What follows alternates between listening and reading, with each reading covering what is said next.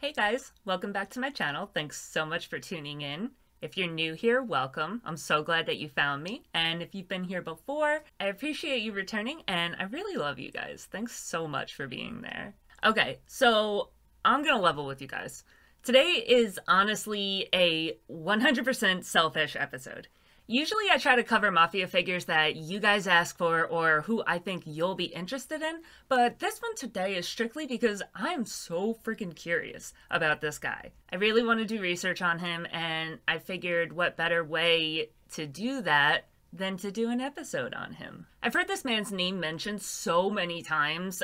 I've heard him referred to as a serial killer, as a crazy person, as like this horrible person, but I've never really looked into him and seen what he actually did, and I'm really curious about it. Today we're going to be talking about Roy DeMeo, the mafioso who probably has the highest body count in modern mafia history, according to all the snitches that have come out with YouTube videos and done interviews and stuff. So let's go learn about him together, huh? Now, I do want to mention here, sometimes I get things wrong.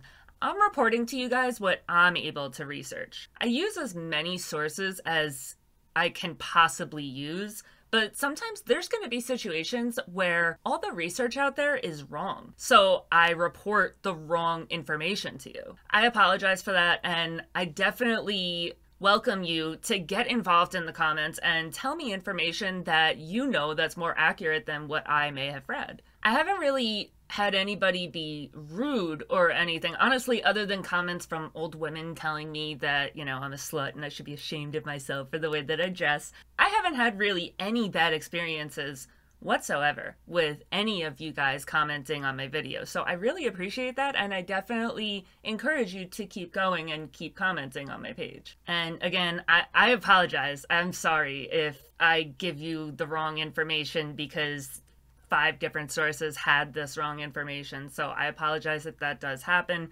but I'd love to have a conversation with you about what the truth really is. Thanks so much for interacting. I love you guys. Roy Albert DeMeo was born on September 7th, 1942 in Flatlands, Brooklyn. It makes absolutely no sense to me why this happens sometimes, but I've seen 1940 as many times as I've seen 1942. But I believe the sources that say 42, so I'm gonna go with that. It's just weird. Like, who reports on something that they don't see and then all the other ones follow in their footsteps? It's weird. His family are Italian immigrants from the Neapolitan area. As always, the part of Italy that his family is born is important. He had 3 older siblings and 1 younger sibling. Anthony DeMeo, his father, was a laundry company delivery man. He grew up middle class. The family wasn't well off, but they did survive. They ate, they never lost their house or anything. They always had electricity, they always had cable. So they were middle class, they weren't poor by any means, but they weren't rich. They just so happened to live next door to another very prominent member of the Mafia, Joe Profaci. Roy grew up really good friends with Profaci's sons, and he would go hang out at their house. He would hang out like on the front porch. They were friends. Even though Roy's father adamantly forbid him from being friends with these kids. His father was well aware of who Profaci was and what his reputation and line of work was. Roy's uncle, his father's brother Albert, was a top prosecutor for the Brooklyn DA, so he knew, you know, he'd give him the lowdown and he knew what was going on. So he wanted his family to have nothing to do with that family. As much as he tried to keep the family away, though, his mom became friends with Profaci's wife as well, and they did very much so intertwine with the Profaci family. While the family had money to pay the bills and, you know, keep the lights on and everything, there wasn't really much to spare. Kids that grew up in those situations kind of tend to go looking for ways to make their own money, especially during those years where they're trying to learn about themselves, they're forming their characters. I had a lemonade stand. They go around and rake leaves, they'll mow lawns, they just do things to make a little money here and there. Roy's mom always told him he would be a doctor one day. He was really smart, like maybe too smart for his own good, and she just wanted that so bad for him. Honestly, it seems like he could have become a doctor if he had put his mind to that. I'm sure at the time, though, you have Profaci next door and you're seeing the Mafia from the outside. It seems a lot more alluring. It seems like a much higher payoff with a much lower amount of work that you have to put in to get there. He started out as a young kid learning to loan shark for other people until he started giving out loans himself. A huge reason for his success in loan sharking was this boy had no fear whatsoever. He had no fear of beating somebody's head in to get the money that was owed to him. So people learned really quick that if they borrowed money from him, they better pay it back. He actually graduated high school, which is pretty huge considering that I think he's the second mobster that I've covered that bothered to graduate. A lot of kids get a taste for the Mafia and they end up dropping out of school. They figured that's what they're going to do with the rest of their life. Obviously, the Mafia doesn't require an education, and they look at it as a waste of time. They just don't really care too much about education. It's not frowned upon, it's not looked down upon, but it's not something that's, you know, drilled in you your whole entire life. He was really smart though, and he received a lot of awards throughout school. He graduated James Madison High School in 1959 and immediately moved over to full-time loan sharking as soon as he graduated high school. Interestingly enough, while he was loan sharking, he was also apprenticing to become a butcher at a local supermarket, which is just so random. I guess cutting up meat is the same whether it's an animal or a human. I don't know. To each his own, I guess, but I don't see it. I'm bad with meat. I know this sounds like very toddler-like, but if I'm eating meat, it needs to be cut up for me or I can't eat it. Because if it looks like the animal that I'm eating, I legit cannot get it down. I can't. Even when it's cut up, I have to force myself to eat meat. Because I picture the animal that they killed to get the meat, but I hate vegetables, like every single one. I mean, peas are okay, carrots are pretty cool. I like fruit, but that a whole nutrition plan does not make, so I do my best to just not think about it. On the rare occasion I eat meat, I'd definitely never be able to be a butcher, that's for sure. He apprenticed for 7 years at Banner Grocery, a local grocery store where he would stock shelves, deliver groceries, and he would learn how to cut and package the meat. Roy lost a lot of people to him that were really, really close, and he was really, really young. Honestly, my dad tells me all the time that he's never met anybody that has lost as many people as I have. Me and my cousin are straight up morbid about it. It's weird. It doesn't even faze us anymore when someone dies, unless it's someone really, really close. Like, you know, the core 5 human beings in this world that you cannot operate without. Other than that, I mean, once you lose a certain number of people that were in that core group of 5, people that were your entire life, you know, you couldn't imagine living without them, and then they die, death becomes a lot less important to you. So I understand where he's coming from. I mean, I get the mental kind of gymnastics going on there. His brother Anthony died when he was 20 years old at war in Korea as a corporal in the Marines when Roy was only 11 years old. Anthony was Roy's hero. Roy got bullied a lot because he was overweight, but people would leave him alone when Anthony was around. Eventually, they left him alone even when Anthony wasn't around because Anthony would sometimes go take revenge on the kids that bullied Roy when he wasn't around. He would just straight up like go and knock on the door and kick the shit out of someone because they had bullied Roy that day. Roy had actually planned to follow in Anthony's footsteps and join the Marine Corps as well.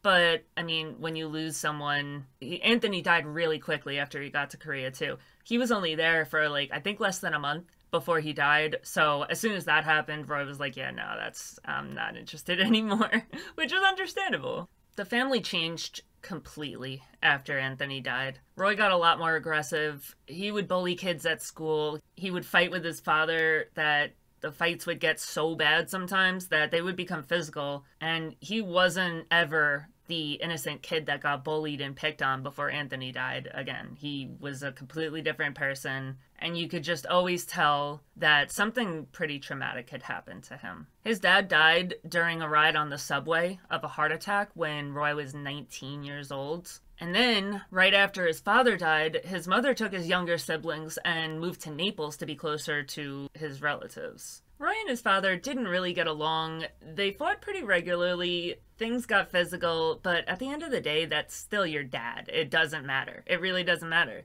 That's still your father. If you think about it, that's gotta be wild. 19 years old and completely on your own. Your entire family is gone. You are literally the only person of your blood in the country. Personally, I can't take being in a different place than my dad. He's literally the only family that I have left other than my cousin. And the two of them are two of the three most important human beings in the world to me. I can't imagine being 19 years old and being alone in the world. Like, that's gotta be crazy. I really give them a lot of credit for making it through that time, because I know personally, I lived with my parents till I was really old. I was, I think, 25 when I moved out of my parents' house. I was definitely a late bloomer. And I had plans to live with my parents for the rest of my life. I only moved out because I started working in the city and they were too far away. So at that age, it's really important. It's important to have your family with you. So I don't know. I would have given in and just gone to Sicily if I were him. So, you know. Yeah, he's stuck in there. Between working at the grocery store and loan sharking, it wasn't long before Roy was able to get himself one of those Cadillacs that he used to see gangsters roll up to Profaci's house in regularly. That was one of the number one things that made him want to be a gangster and be in the Mafia, was that when he was a kid, he would watch these Cadillacs come up the driveway at Profaci's house, and he was like, you know, I'm gonna do that one day. And he did. He got it done pretty quickly. It seems like Roy was just really eager to get his life started as quickly as he could. He left his parents' house at a super young age, he started his career young, and he married young too. He married Gladys Rosamond Britton in 1960, which put him at 18 years old. They quickly started having kids, and Roy was a father by the time he hit 20. So that's all really young, you know, 20 years old, you have no family left, you have a wife and kids, and I don't have kids now, so... One important thing to know about DeMeo is that the reputation that he had built up over the years as a serial killer and, you know, the baddest of the bad, it wasn't only his reputation. A lot of it came from the men that were around him as well. He did a really, really good job of building up an army around him of people that were more than happy to kill for him. He chose people that he identified with. He could see himself in these guys. They were all very similar. He did them favors, he gave them money, he helped them step into a better role in life, and he got them very young. A lot of the guys in the crew had been there since they were 16, 17 years old, and they did that because when you're 16 in New York and you commit a crime, it's pretty rare that you get arrested, you know, unless you do something really serious. Usually they just arrest you and bring you home to your parents, and they know you're going to get your ass beat that night, but they don't put you in jail. So it's a lot easier to deal with having younger kids because there's a lot less on the line for them. Another thing that made the people in his crew fiercely loyal to him was that he had no problem doing the dirty work himself. He was always teaching them how to do things. He would have barbecues at his house where he would show the guys in his little crew how to shoot guns. He'd be taking apart a body and like telling them why he's doing this and why he's doing that just so that they could do it next time. So it was always like he took on like a fatherly role, and it was always a teachable moment with Roy. And that made people not only look at him as like an expert in a lot of things, but it made them loyal to him because they felt like he's teaching me, that's attention, and that's, you know, that's positive attention. Even though, you know, he's taking apart a body while he's doing it, he's showing me that he's interested in me getting better and growing as a person by teaching me how to do something. He was also really eager to learn about new money-making schemes all the time. There were a lot of times where he wouldn't be needed on a crime. It was a lot easier if he wasn't there, honestly, but he would go because he wanted to learn the ropes of these schemes and learn how to do them himself. He would learn how to do it, and then he would go back and teach his crew how to do it, and then they would be able to make money that way. Their crew mainly made money off of stealing and selling stolen cars. Back in the day, DeMeo was known as an associate of the Lucchese family. Roy was happy to be an associate, but he didn't really see it going very far. The Lucchese family on Long Island, they mainly ran tow truck companies, junkyards, a car theft operation in Brooklyn. He saw his future in that family as just like hanging around at a junkyard, just kind of like being useless for the rest of his life. He didn't really want that. When his reputation preceded him, though, he was invited to meet Anthony Gaggi, also known as Nino, to discuss the possible transition into the Gambino family so that he could make more money. Now, as somebody that grew up in New York, I can 100% tell you that the Gambinos are the top of the top in New York. Anybody who knows anything about the Mafia knows that the Gambinos, they're the most powerful family there is. They have the most people, they have the most power, they have the most influence, and they have the richest history. Trying to choose between the Gambino family and the Lucchese family is like trying to choose whether to work at Kansas City Federal Credit Union or Chase Bank. Like, it's very, very different classes. The Gambinos are the creme de la creme. Of course, DeMeo hopped on the offer with the quickness. His feet went on fire running over to that offer. And as soon as he accepted it, he started building his actual crime crew. DeMeo found his first soldier who, ironically enough, wasn't an Italian. He was Jewish, and he met him earlier that year at a gas station peddling weed. DeMeo took on Harvey Rosenberg, who had been calling himself Chris to try to distance himself from his Jewish heritage, and brought him under his wing. After a while, Chris started to introduce himself to people as Chris DeMeo. Rosenberg had always really admired the Italians in the area that he grew up in, and he dreamed of being a Mafia associate. This was like literally his all-time, if you could be anything in the world, what would you be? I would be in the Mafia. He knew it was obviously really unlikely because he's Jewish, he's not Italian. But when DeMeo came along, it was a godsend. DeMeo saw his tenacity in Rosenberg, and he shared DeMeo's lack of a guilty conscience. He was just as ruthless, just as savage. They just didn't care. He also recognized Rosenberg's underdog spirit. He related a lot to this Jewish kid that grew up amongst Italians and wanted nothing more than to be an Italian Mafia member. He related to that a lot as like the fat kid that grew up getting picked on as a kid and losing his brother. You know, he understood that sense of not belonging. At the time, Rosenberg was selling small amounts of weed at the corner gas station, like the lowest of the lowest rung of criminal that there is. He wasn't making any substantial money, but he was getting by. There was one thing that he was really good at, though. He was really good at car theft. This man was a genius when it came to stealing cars. Rosenberg taught DeMeo everything he knew about quickly getting a car started and getting it out of the owner's driveway, how to change a VIN number to make it look like the car was legitimately titled, and how to sell it in other states. So pretty much how to steal and sell and make money off of cars. DeMeo gave Rosenberg a loan so that he could start dealing in larger quantities of pot. Instead of selling ounces on the corner, he could sell pounds, and he could do it like from his home or from his business. He would have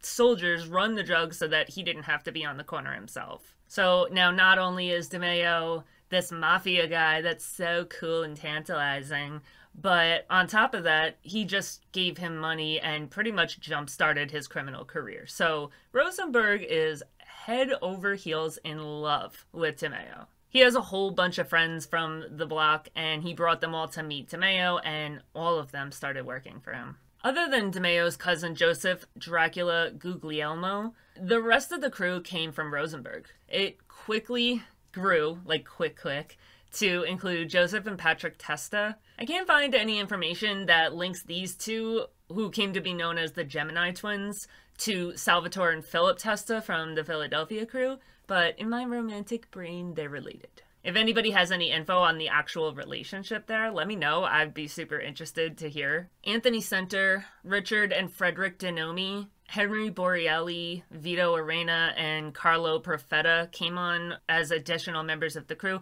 They weren't all there right from the jump. Like, I know that Henry Borelli, he got into it a little later. So there was a few of them at the beginning, but they had started building the core of their little group. Every single one of the kids that are around right now are absolutely bloodthirsty killers. The biggest and baddest guys within the Mafia were too scared to touch any of these guys. Like, their reputation was well known because they were vicious. While they were really good at cutting up bodies and stealing cars, they weren't the brightest group. DeMeo was pretty smart, but everyone else in the group had some issues. Some of them couldn't even read. And this is in like modern times. It's not in the 20s and 30s where that was regular. He also had a few members that were blabbermouths and had absolutely no fear of the telephone or taps or wires. They just did what they wanted, said what they wanted, and they weren't cautious at all. DeMeo set up a headquarters called the Gemini Lounge where the crew spent all of their time. Every crew has its own little hangout, and this is theirs. Aside from the DeMeo crew, they came to be known as the Gemini crew, and two of the members, Joseph and Patrick Testa, came to be known as the Gemini twins. Another thing that got the name of the headquarters was the way that they typically killed and disposed of bodies. It came to be known as the Gemini Method. There was an apartment in the back of the club that Dracula lived in. He actually had the bar phone calls forwarded to this back apartment, and they used it for most things, including killing. It was accessible through the side entrance into the club. Somebody would lure the victim in through the door, which wasn't really crazy since it's how people usually entered the club regularly, so their heckles wouldn't rise because they were going in that way. It wasn't any different than, if they were just going to hang out that day. Somebody, usually Roy, would come out and immediately shoot the intended target. There was no muss, no fuss. There's no reason to bullshit around. They don't sit there and get comfortable and do it when he doesn't expect it. It's just as they're walking in, boom, shoot him. He'd use a silencer so nobody around would hear it. If neighbors start hearing gunshots every day, it's not good. So he always used the silencer. As soon as he shot the person, he would have a towel ready, and he would wrap it around their head like a turban to stop the blood from getting all over the apartment. Chris would be there, and he was only in his boxer shorts to avoid getting blood on his expensive clothes. He would stab the person in the heart multiple times, so the wound from the bullet would stop bleeding. Since the heart would stop circulating blood, they didn't want more blood coming out. I don't really understand that part, because you would think that they would just start bleeding from their chest, but I've never cut a body up, so. And they had the towel wrapped around the head already, so I don't know. I don't understand it.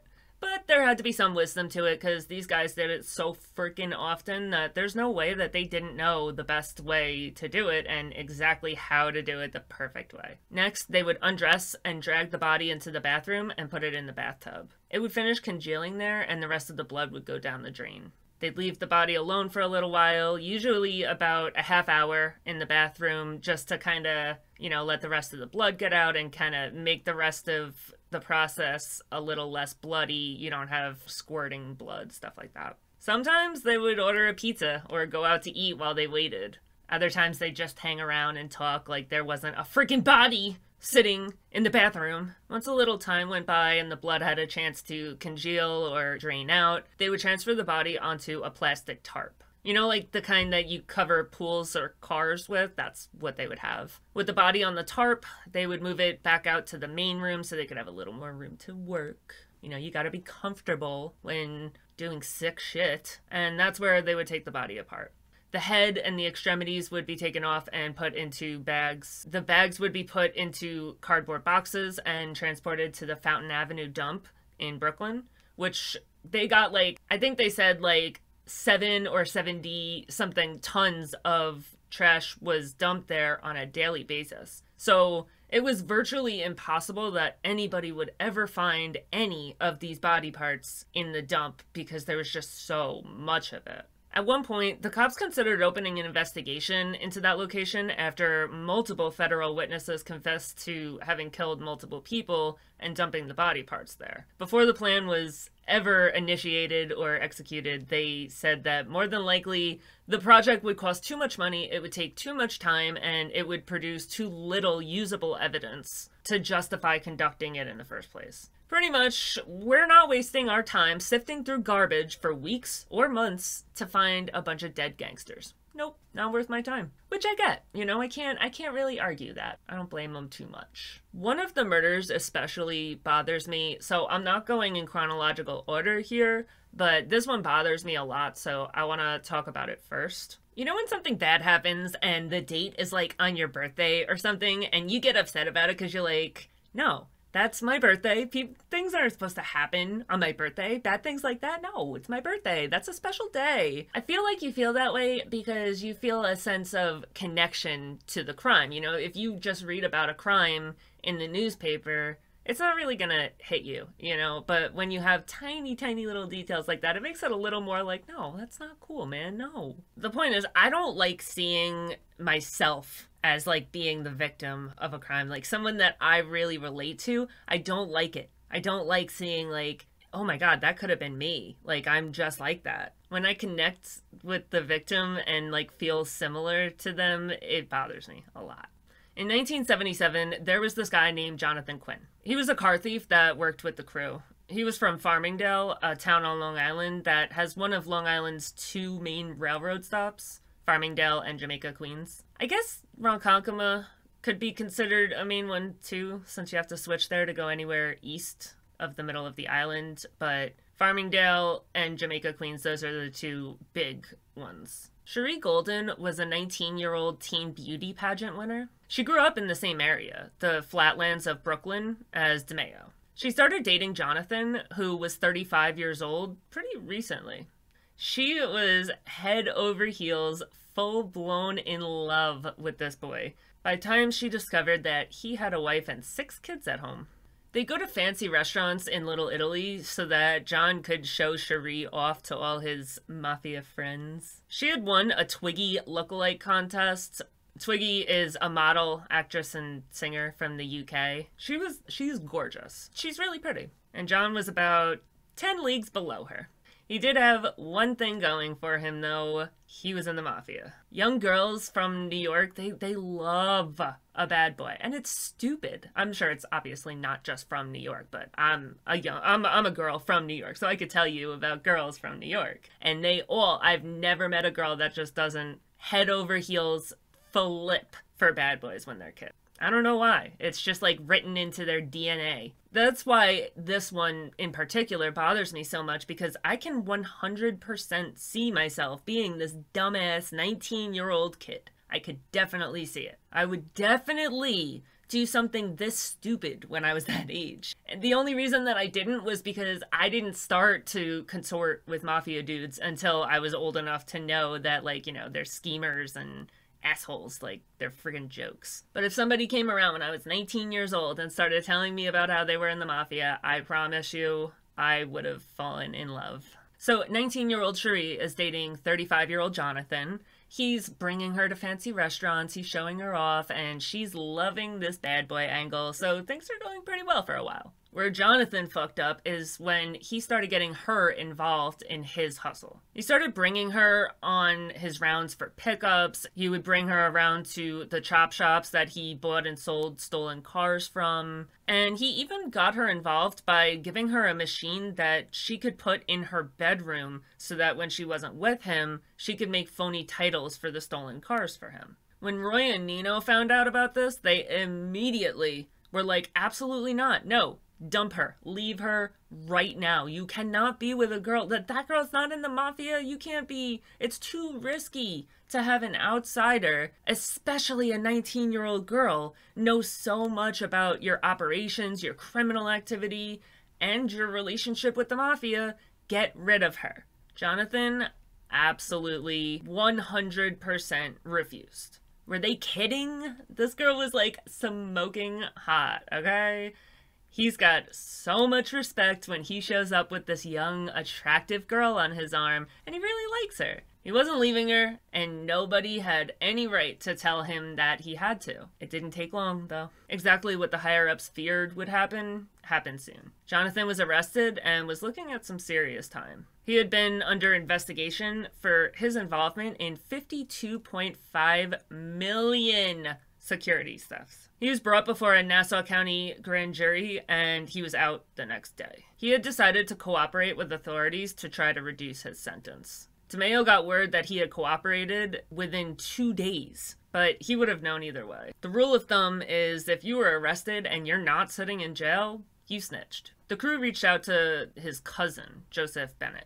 Bennett was Quinn's cousin and a car thief that was associated with the crew himself. They offered him $20,000 to get Quinn to meet up with him and bring Cherie along for the ride. They promised to take care of everything. They just needed help getting the two there. They, don't worry, you won't have to help with the dirty work. You won't have to do anything. I just need them here so we can get a hold of him. Bennett kind of took his time deciding whether he wanted to help. He felt like he was getting set up, so he was like, I don't really want to. I'll think about it. I'll think about it. The crew urged him, saying that it was a really easy 20 grand and that they would do it on their own if they had to, but it would just be easier this way.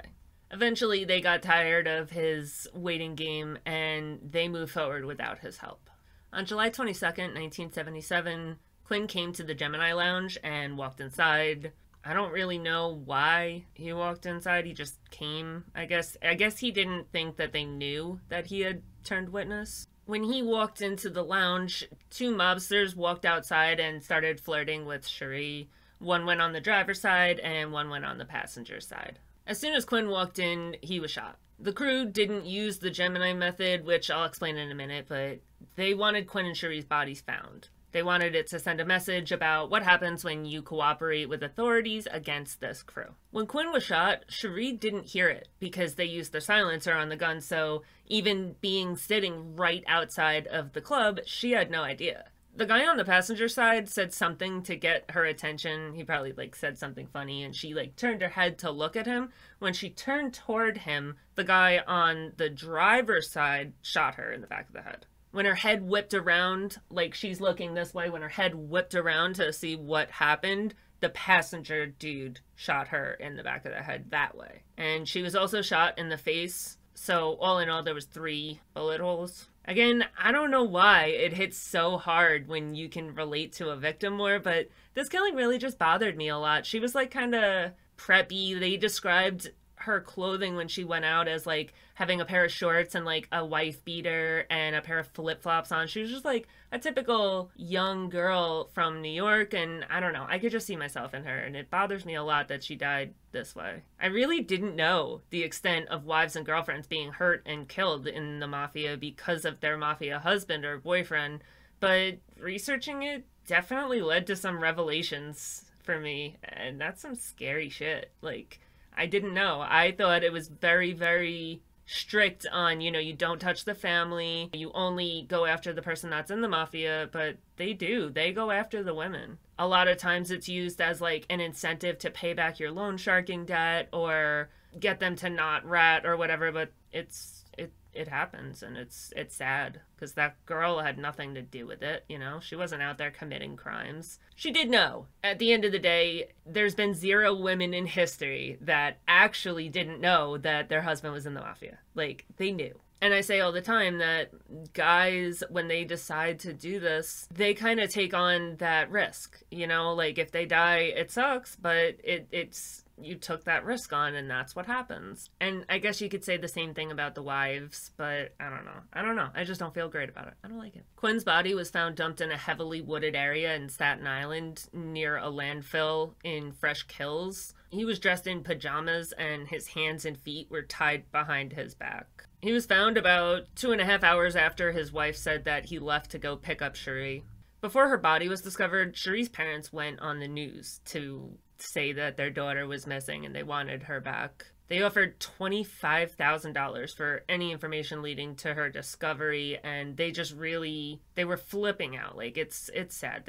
That's their kid, Her body was found 3 days later after it had sat in a stolen car for 3 days in New York's July heat. Her body was jammed under the dashboard of a stolen Lincoln Continental near Coney Island. It was abandoned near the juncture of Lewis Avenue and Frank Court in Garrison Beach, Brooklyn. The crew had pulled down her shirt to encourage the police to believe that it was sexually motivated. If it was sexually motivated, maybe the cops won't look at the Mafia for it. They did determine that she wasn't sexually assaulted, though, so thank God for that. DeMeo also started moving his loan sharking over to pretty much what we would call now as a cash advance. It's pretty sick because that's my industry right there. I was there at the start of the legal cash advance industry. It was a cool industry to start in because it let me climb the ladder pretty quick, and I hit a very high level at a very young age because I was in the industry so early in the creation of the industry itself. So normally, if you're an underwriter at a big bank, you would usually make senior underwriter when you're like, I don't know, 40. And then you go, you know, above that to like manager of underwriting, you hit like 45, 50. You know, like you have to be a lot older to put a lot more time in to do it. I was 25 years old as the director of underwriting. He starts lending money out at exorbitant interest rates to legitimate businesses for a weekly VIG, or interest rate, which is exactly what cash advance is. You know, nowadays, most payments are weekly. But let me tell you, when I started off in that industry, interest rates were super low. But by the time I got into riskier lending, a 149 with a 4-month term was regular terms. Like, say I lend you $1,000. You would pay me back $1,499 and you would do it in 4 months. We would pull something stupid like, you know, $18.74 a day out of your account. And by the end of the 4 months, you would have paid back $1,499 and you would have been given $1,000. That's an insane rate. Obviously, this is super oversimplifying it, but it's a completely legal industry. To this very day, I was just working in that industry not too long ago, so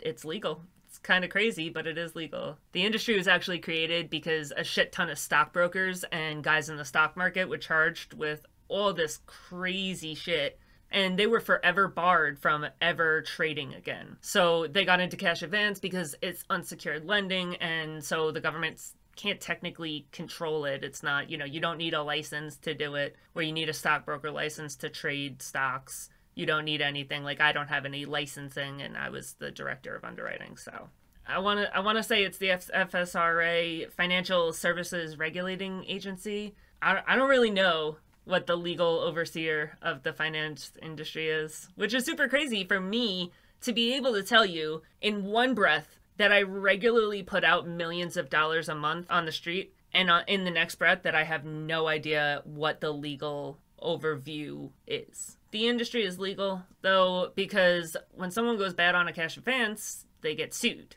When one of DeMeo's customers go bad, he goes and breaks their neck. Very different.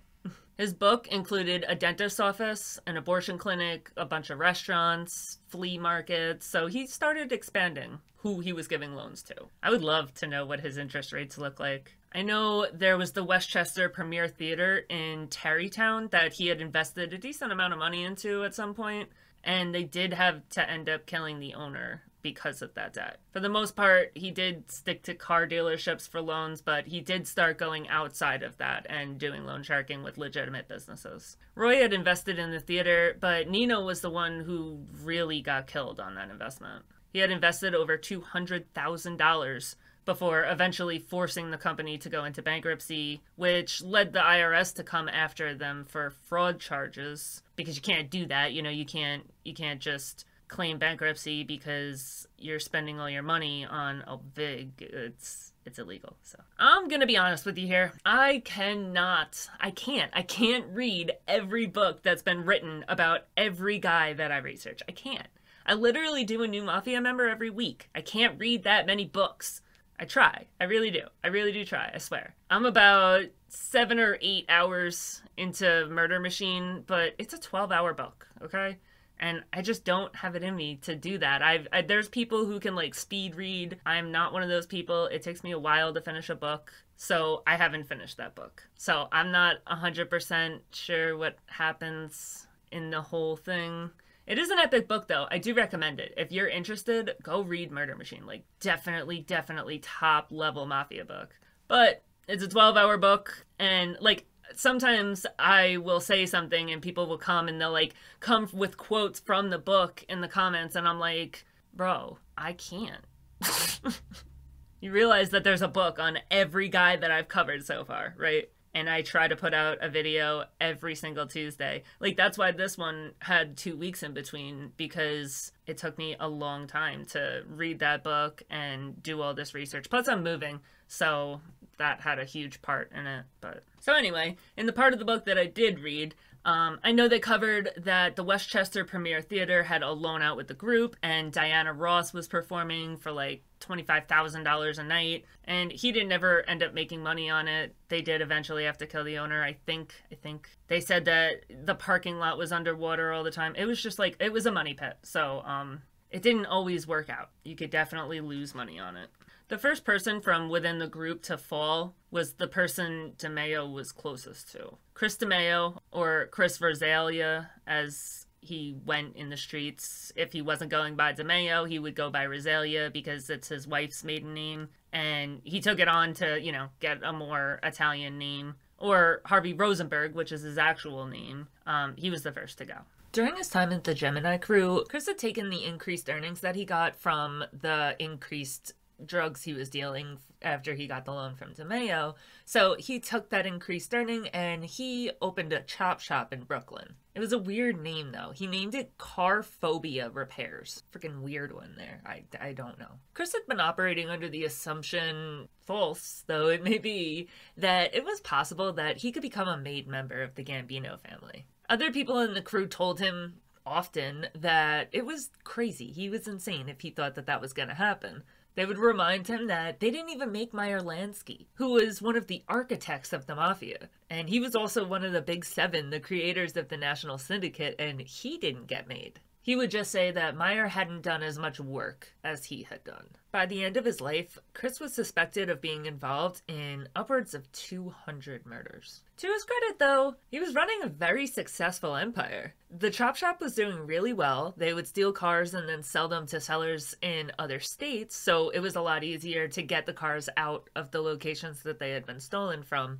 And because of how quick he was, they were able to grab over 10 cars a night some nights. He would usually be able to sell each car for about $5,000 each. So just from car theft, this boy is raking in around $50,000 a night. His drug empire was booming too. His marijuana sales continued to grow, and he got really good connections with someone that was selling Quaaludes and cocaine. Quaaludes were like the Xanax of the earlier generation, and everybody was hooked on them. Like, everybody did Quaaludes. Everyone. He was able to get them at wholesale prices, and he put them on the street really easily because he didn't pay much, so he could compete with the other people that were selling them because they had to sell for a higher price because it was a higher cost to them. He wasn't afraid to flash around his newfound income either. His house, his cars, it was all exuding exorbitant wealth. He just made sure he had really nice things. When he would participate in the murders, he was also well known for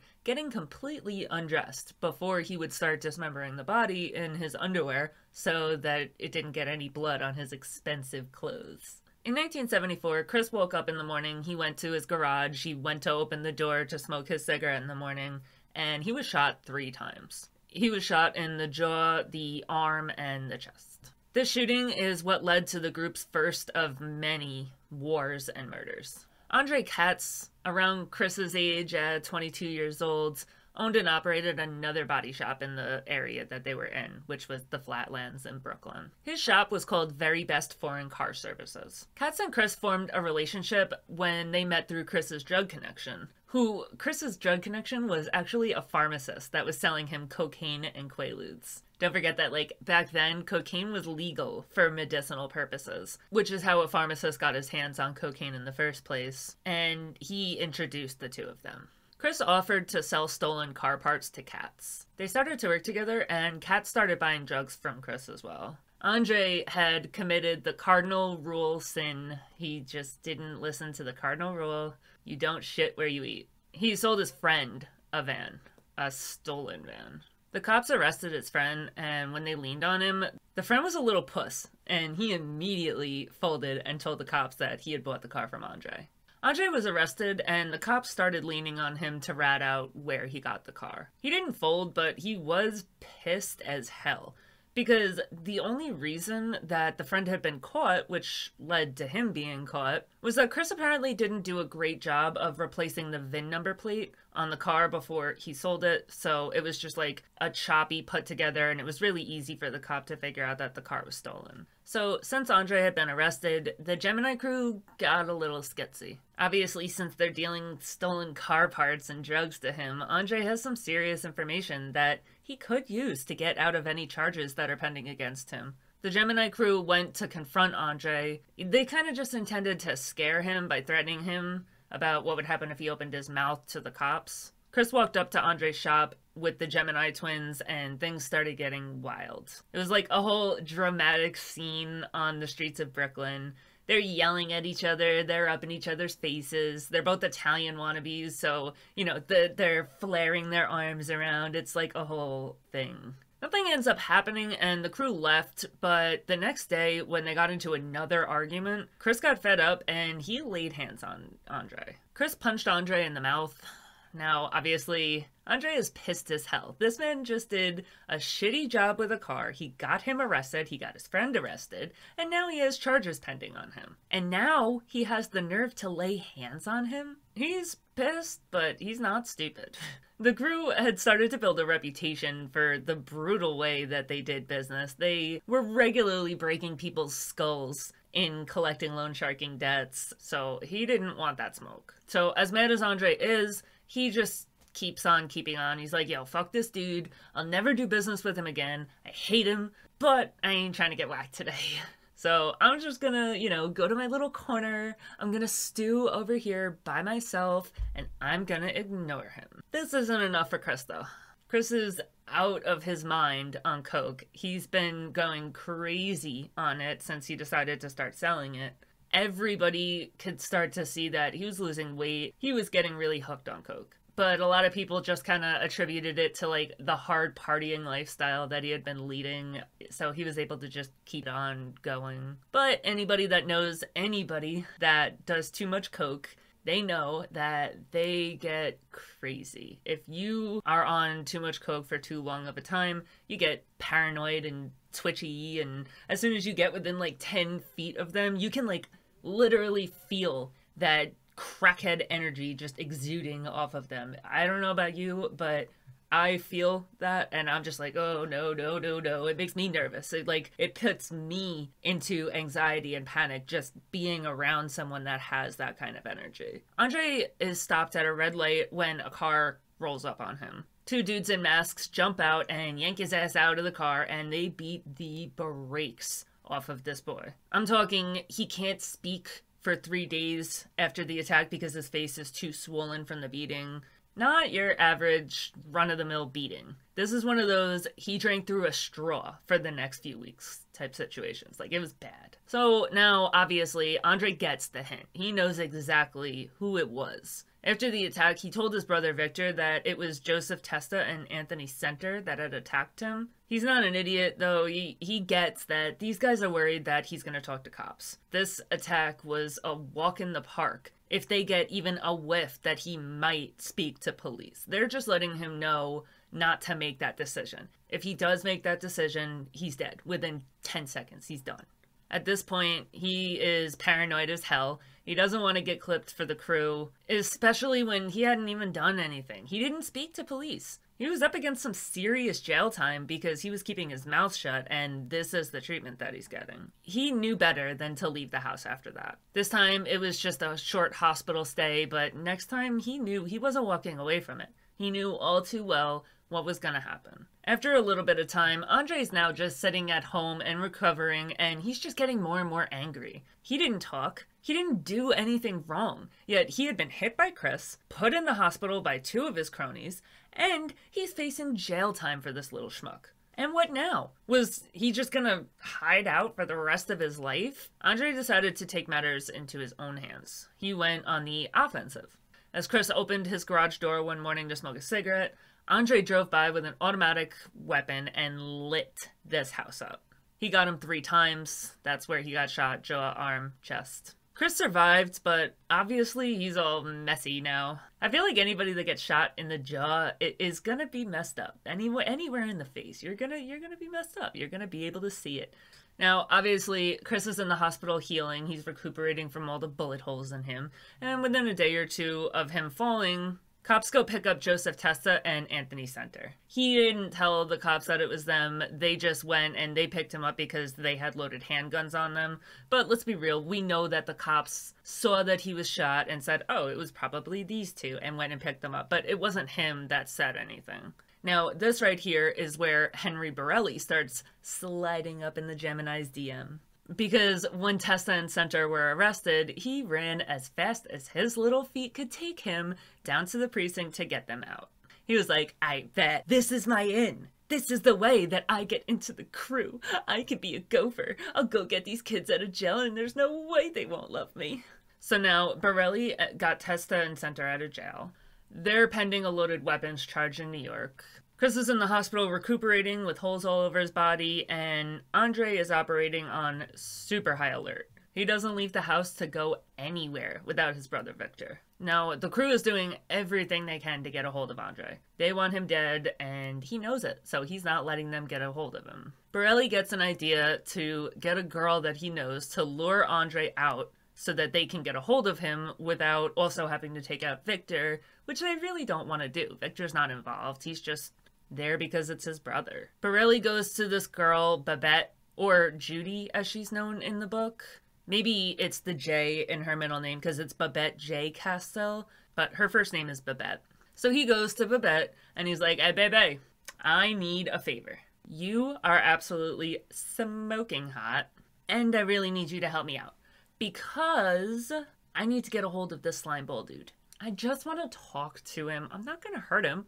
I just want to talk. But like, I really need your help. So she's all like, oh my God, you're in the Mafia and you're talking to me.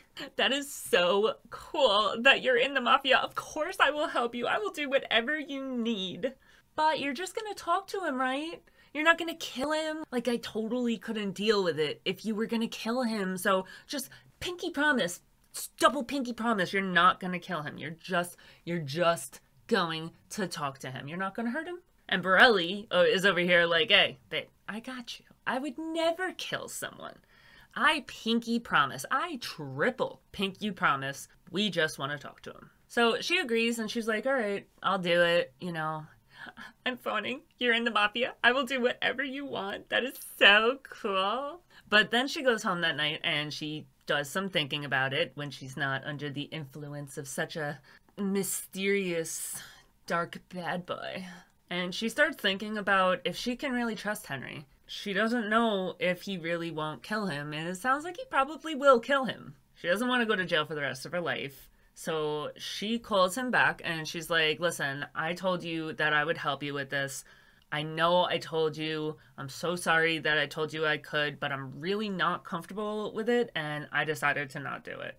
I'm so sorry, baby. Like, I know you're in the Mafia, and that's so cool. So, like, I really hope that we could still be friends. So now once Henry gets that call, the crew's like, you know what? That's probably for the best. Let's just put this beef on the back burner.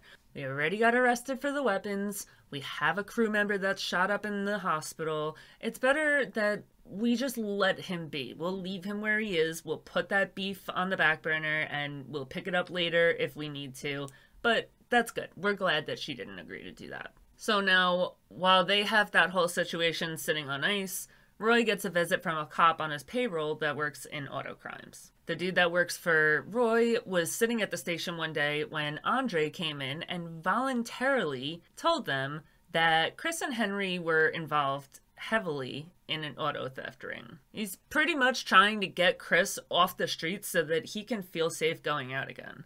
And I'm sure it was to try to get his own sentence lifted, but he's tired of not being able to leave his house without being scared of getting killed. I don't know why he made this mistake. He worked with the crew a lot. He knew that they had contacts inside the police station. So now, as soon as Andre leaves the station, this cop that's working with Roy goes running to DeMeo. DeMeo turns around to Borelli and he's like, all right, listen, fuck this bitch. Don't ask her this time. Tell her she is doing this. We need this man dead. He's now ratting. This is no longer a laughing matter. I don't give a shit. Tell the girl she's doing it. Andre goes and appears before a grand jury and testifies against Chris in May, telling everyone that he's stealing a shit ton of cars on the streets in Brooklyn every single night. So Borelli goes back to Babette and he tells her, like, listen, I really like you, but I can't be nice anymore. Like, we're not asking you anymore. We're telling you, go get this dude from his shop. So now she's like, yeah, I'm not trying to go to jail for the rest of my life, but I'm also not trying to get killed by this mafia group. So yeah, I mean, I guess I'll help. I don't want to, but yeah,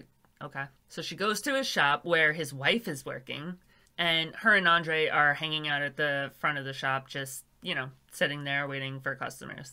Now, Babette goes there under the guise that her friend's car was towed there. And the wife is like, no, we don't have that car. And she's like, no, are you sure? Can you check? Like, I know that this is the place. Like, they told me it was here. Please check. They definitely said it was here. So Andre's like, yeah, all right, I'll check. Why don't you come back with me and you can come see if you see the car. So she goes in the back with him and he shows her his car, which is like uber gorgeous. He has a Porsche. And he asks her to go out that night. And she's like, all right, game, set, match. Yes, sir, I will go out with you. And she's just pretty much trying to get this over and done with. She doesn't want her part in this to be too big. So she's just like, yeah, cool. Let's go on a date. So that Sunday night, July 13th, 1975, Andre goes back to Babette's apartment where she lives on the 9th floor to pick her up for the date. As soon as he rolls up and puts his car in park, Chris, Joseph Testa, and Henry Borelli roll up on him. They put a gun to his head and kidnap him, obviously. They head to a grocery store where the crew brings him into the meat department.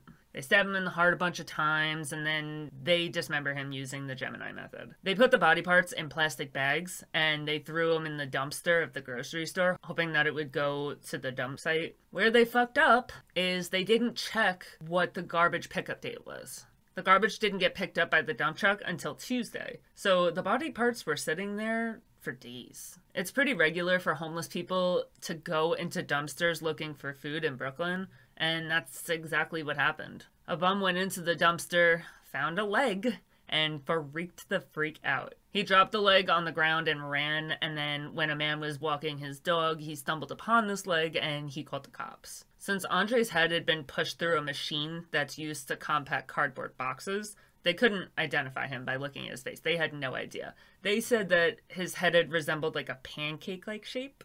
They were able to get some teeth that were still whole, so they were able to identify him using dental records. Before the leg was found, Babette had started getting nervous about Andre's fate. She had been watching out the window when Chris pulled up and took Andre from her parking lot. She called his body shop the next day, and when Andre's wife answered, she asked if Andre was around. His wife is like, wait, aren't you the girl that came in the other day looking for your friend's car? I totally thought he was with you. He told me he was going to be going on a date with you when he left. So now Babette is losing her shit. Not only has Andre not returned home by the next day, but he told his wife that he was going out on a date with her. Why the hell would he do that? Who tells their wife when they're going on a date with somebody? She totally thought she had insulated herself here. She thought that her involvement was going to be just enough to help out Henry, but not so much to get thrown in jail with him. But obviously that wasn't true. She was really banking on Andre hiding this from his wife. No husband ever tells their wife that they're going out on a date with another woman. She thought he was going to tell his wife he was going to play cards with the boys or something. This curveball that he told her the truth was a bombshell, and Babette didn't know how to handle it. She continued calling Andre's shop for the next 3 days, and he never turned up. So now Babette calls Henry, and she's like, listen, we need to talk. Time now. So Henry goes, he meets up with Babette, and she goes at him. She's like, I know you killed him. You swore you wouldn't. You swore. How? How could you do this to me? I trusted you, and you implicated me on a murder. A murder, my dude. How could you do that to me? So Henry fesses up. He's like, listen, I'm gonna level with you. Yeah, he's dead. I'm sorry that we lied, but we really needed you to help, and I knew you wouldn't do it if I told you the truth. But that was still shitty of me. My bad. Like, I shouldn't have done that. You're a friend of mine. I'm sorry. So she has a moment of realization, and she's like, oh shit. Like, wait, I've been here so worried about going to jail that I haven't even thought that I'm probably in danger too. She turns around to Henry and she's like, are you gonna kill me because I know everything? So Henry lies to her and tells her that he's the boss of the crew. And he's like, nah, I'm the boss. I'm the one who makes the decisions. I'm the one who makes the orders for people to die. I wouldn't make an order for you to die. And I'm the only one that knows that you know everything. They think that you don't even know he's dead. So I'm the only one. You're straight, sweetie. Don't worry about it. I love you. I respect you. I will not let anything happen to you. We left the body in Queens, so the police aren't even going to trace it back to us. Like, you are not ever going to get implicated on this. The cops are never going to come to you. It is all good. So when the police find Andre's body parts, They inform his wife that he was found squished and they found a leg. The wife immediately fingers Babette. She's like, yeah, the girl he left to meet, she called afterwards looking for him. It seems like she was trying to cover her tracks. If he's dead, she did it. Definitely her. So Babette had left the day after it happened. She had had a family trip planned for like a long time before that. So that happened the night before. She took off the next day. I think she went to California, San Francisco, maybe, somewhere in California. She took the clothes that she had worn the day that she went and met him, and she got rid of them. And she gave Katz a fake name, so she thought she might be in the clear. So it actually really didn't take that long. The cops tracked her down, they contacted her friend, and they told her friend, like, hey, we're looking for this girl Babette, we can't find her, but we need you to let her know that she's wanted for questioning. Like, she needs to get here now. As soon as they approach the friend, Babette breaks down and vomits up every single piece of information that she knows. The only thing that she lies about is saying that she told the cops that she had agreed to help Joey Testa, not Henry, because she actually liked Henry. She was friends with Henry and she didn't want to see him get in trouble, but she wasn't willing to take the fall for this either. The cops brought her back to the station to start asking her additional questions, but she actually started forgetting stuff. So what do the cops decide to do? They hypnotize her so she can remember more clearly. She gives them the true story this time, telling them all about her refusal to do it and the threat that she had to do it. Henry telling her, you know, this is no longer a choice, you're doing it. Him promising not to hurt Katz. Him promising up, down, left, and right, nothing was going to happen to him. He just wanted to talk to him. And him admitting that he killed Katz. And she even threw in there that he told her that his body was in Queens and that they would never link it back to him. So they put Henry Borelli and Joseph Testa on trial for murder.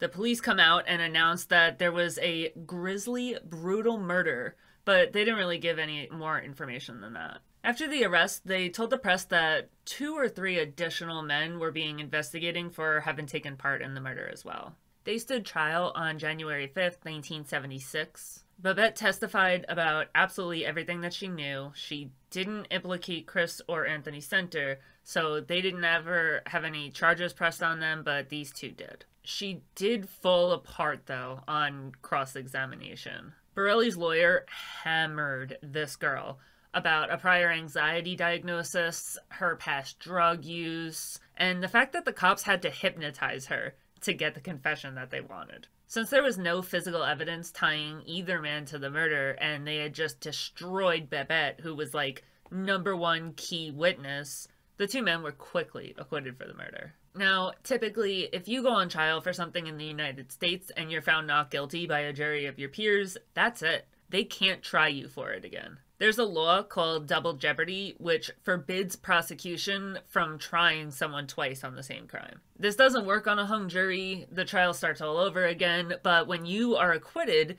they are not allowed to touch you again on that crime. You can walk out of the courtroom, go onto the front steps and tell the news, yep, they found me not guilty, but I did it. I really did kill them. And there is not shit that the prosecution is supposed to be able to do about it. But we've already established that the government does not give a fuck about the constitutional protections that human beings in the United States have when it comes to mafia members. We've seen multiple times people go to jail for long stints of time for exercising their Fifth Amendment right not to testify. When Giuliani wrote the RICO laws, he wrote it in that you can be tried for a crime that you have been found not guilty for in the past, as long as they can prove that that crime was done in service of organized crime. In other words, you can go on trial for murder, get found not guilty, then 20 years later, they can come and arrest you for that same frickin' murder, but use RICO this time, which is almost impossible to defend against. And as long as they say that you committed the crime as part of an organized criminal enterprise, you're on trial for it all over again. Several members of the crew went back on trial for this murder in 1984. Joseph Testa and Anthony Center were charged with his murder, as well as 11 other victims. So Joseph Testa, Anthony Center wasn't charged the first time, but Joseph Testa was. So he was found not guilty of it, and then he went to jail in 1984 for having committed that crime. So they double jeopardied his ass, and I hate Giuliani, and I hate the American government, and I hate every single thing that is just a blatant disregard of human beings' constitutional rights. Like, no, don't get me wrong. Do I think that they should have gotten away with it? No. But do I think that there's a constitution in place to protect Americans and it was blatantly disregarded on multiple occasions with this RICO law? Absolutely. Babette decided to come back and testify at this trial as well. I can't find if she ever joined the witness protection program, but I've got to assume so.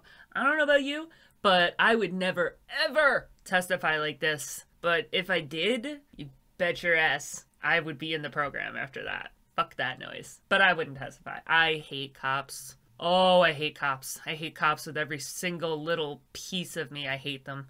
So, no, there's nothing you could do to get me on the record against anybody. Regardless, I don't care. In 1979, Chris went to Florida to set up a drug deal with Charles Padnick. Padnick was a loan shark customer, and he had taken out a lot of loans from Roy DeMeo. DeMeo set Chris up to go meet with Padnick to set up a drug deal. Padnick was having a really hard time paying back his loans, so he went to DeMeo and he asked, like, listen, is there anything that I can do to get out from under this? Like, I'm having a really hard time. I would really appreciate it if you could help me figure out how to make some extra money so I could pay you back. He mentioned that he knew some Cubans who had some serious connections with the Colombian cartels. So DeMeo hears cartel and he's like, oh, hell yes. Let's go. Let's go, baby. Let's get this done. So he tells Padnick, yes, I got you. I can definitely help you make some extra money. So he tells Padnick, set up a meeting between Chris and your dude and let's get some business going and we'll pay you a finder's fee. So Padnick sets up a meeting in Florida between Chris and William Serrano, the Cuban that Padnick was friends with. Chris goes to this meeting and introduces himself as Chris DeMeo. Serrano was actually a go-between and he set up a deal with the Colombians, but he never told Chris what the source of the drug was. So Chris was operating under the assumption that it was William Serrano who had the drugs and was selling the drugs to him. They set up a trial run of a kilogram and it goes off without a hitch. It's just put in place to like see if they can trust everybody, feel each other out, and now they're setting up a larger scale relationship. Hey guys, sorry to interrupt the video, and I'm sorry about the background and the way that I look right now. I just have to interject because when I was editing the video, I realized that my camera had cut off a pretty substantial piece of this video, and unless I come in and kind of butt in and let you guys know what's going on, none of what I'm about to say is going to make any sense. So again, excuse the way I look, excuse the background, but this is only going to be a quick interlude. So Chris went to the meeting, he introduces himself as Chris DeMeo, and pretty much his thought process is, well, I'm going to kill this dude, so it doesn't matter if he knows who I am. He doesn't know that Serrano is actually the go-between in the deal that is being set up with the Colombians. He just thinks he's setting up a deal with Serrano, so he's not like weary to introduce himself or anything. So they do a trial run of a kilogram, everything goes off without a hitch, and now they're setting up a large-scale relationship. They set up a deal to do 12 kilograms of cocaine for the Colombians to supply and for Chris and his crew to distribute in New York. They probably agreed on a purchase price of around $500,000. That would be about the value of the cocaine at the time. So a group from the Colombians flies down to New York to facilitate this gigantic deal that they're trying to set up. They fly in on March 17th, which is St. Patrick's Day, which is a huge earning day for any drug dealer in New York City. Padnick, Serrano, and Serrano's Colombian connections girlfriend / baby mama, and his cousin / his bodyguard all come. So we've got 3 boys, 1 girl, a lot of connections with this Colombian supplier. The group gets to New York, and within hours of touching down in New York, they are all shot and killed. The idea is that Chris and his crew wanted the product, but they didn't want to pay about $500,000, so all 4 members' body parts made their way to the Fountain Avenue dump pretty quickly, and Chris showed up in the hospital with a bullet wound on his hand and on his head. So now he had already been shot before by cats. Now he's shot again in the hand and in the head. This boy is a pincushion at this point. He just has holes all over himself. So most likely it was the cousin / bodyguard that just like felt something was sus, pulled out a weapon and got a shot or 2 off. And then obviously the DeMeo crew had a lot more people, so they were able to overwhelm them. So the bodyguard really didn't have a shot, but he gave it a go. He tried to fight back. The Colombian cartel connection, El Negro, or the Black One, as he introduces himself as. El Negro doesn't hear from his girlfriend or his cousin that night, so now he starts panicking. He starts going wild. He starts calling Padnick's wife to try to get in touch with anybody from the crew that he had sent to New York, but obviously his body parts are laying in a dump somewhere, so he can't really get to the phone right now. When she tells him that Padnick isn't there, El Negro asks to speak with Jamie Padnick, Padnick's son. So the mother is like, no. Jamie's 20 years old. It's not like he's a kid, but he's sleeping right now, and she's absolutely not going to wake him up. Although Padnick's wife, Gladys, doesn't really know the extent of her husband and son's involvement in crime, she does sense that something is off with El Negro. She knows that there's some sort of business deal going on between her husband, her son, and El Negro, so she's like, nah, bro, I'm not waking him up. You go ahead and have a nice day. Not gonna happen. When Jamie wakes up the next day, his mom tells him about, like, these weird-ass calls that had been coming in from this super sketch dude.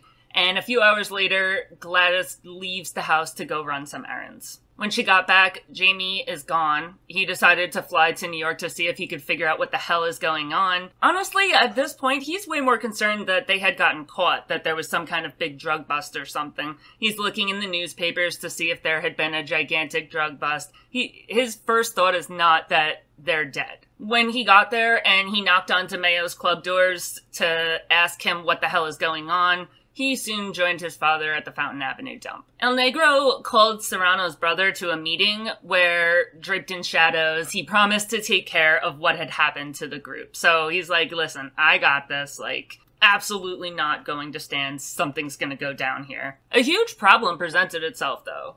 When Chris had introduced himself to Serrano, he had introduced himself as Chris DeMeo, son of a big-shot mafia boss. He thought Serrano was the source of the cocaine, and he planned to kill him anyway, so he didn't worry about the fact that he knew who he was. But he didn't know that Serrano had gone back to El Negro and given him every detail about the meeting, the buyers, everything about the situation was related to El Negro. By now, all of El Negro's friends have told him, they're like, yo, dude, I hate to tell you this, but we've heard about this DeMeo kid. He's a psychopath, and all of your friends and family are dead. 100%. There's no way you're ever gonna see any of them ever again. El Negro, as well as the Cubans and the Colombian drug cartel, they have a lot of business going on with the Mafia in other areas, especially with the Gambino family. El Negro pretty much lays it out there as, I want this handled right now or there's about to be a war. Full-blown war, Colombian drug cartel versus American Mafia. Let's see who wins, or how much blood we can spill in the meantime. Try me, motherfucker. So, the go-between on these messages is Dominic Montiglio, Anthony Gaggi, or Nino's nephew, the one that he's looking to pass the reins to.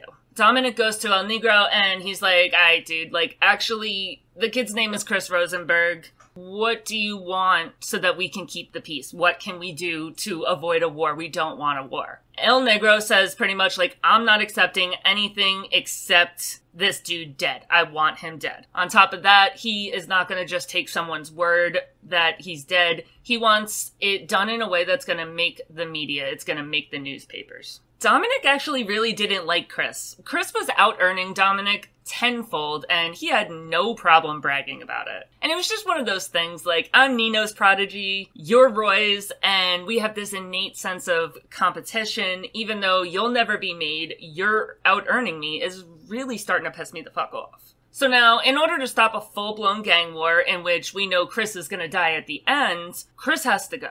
Nino tells Roy that he has to get rid of Chris. But Chris is like a son to Roy. They do all of their scheming together. They do all of their business together. He's the one that he can go to and, like, rant about his day. He has all the murders that are carried out. They do it together. It's just, he's his right-hand man. He does not want to kill this kid. So he's, like, placating them, but he's putting them on hold. Like, I got it. He has to die. Okay, cool. Just wait. Like, it'll happen. But as he's placating them, time is going on, and day by day, things are getting hotter and hotter on the streets. Roy starts getting super paranoid because the Colombians start sending people to remind him that Chris has to die or they're gonna go to war. It had been weeks already, Chris still wasn't dead, and they're getting really fed up. They're like, alright, this has to happen, and if it doesn't, we are going to rain down hellfire on you motherfuckers. Roy knows this, but he's just trying to delay the inevitable. He doesn't want this to happen. But at the same time, he's getting super paranoid. So he's constantly looking over his shoulder.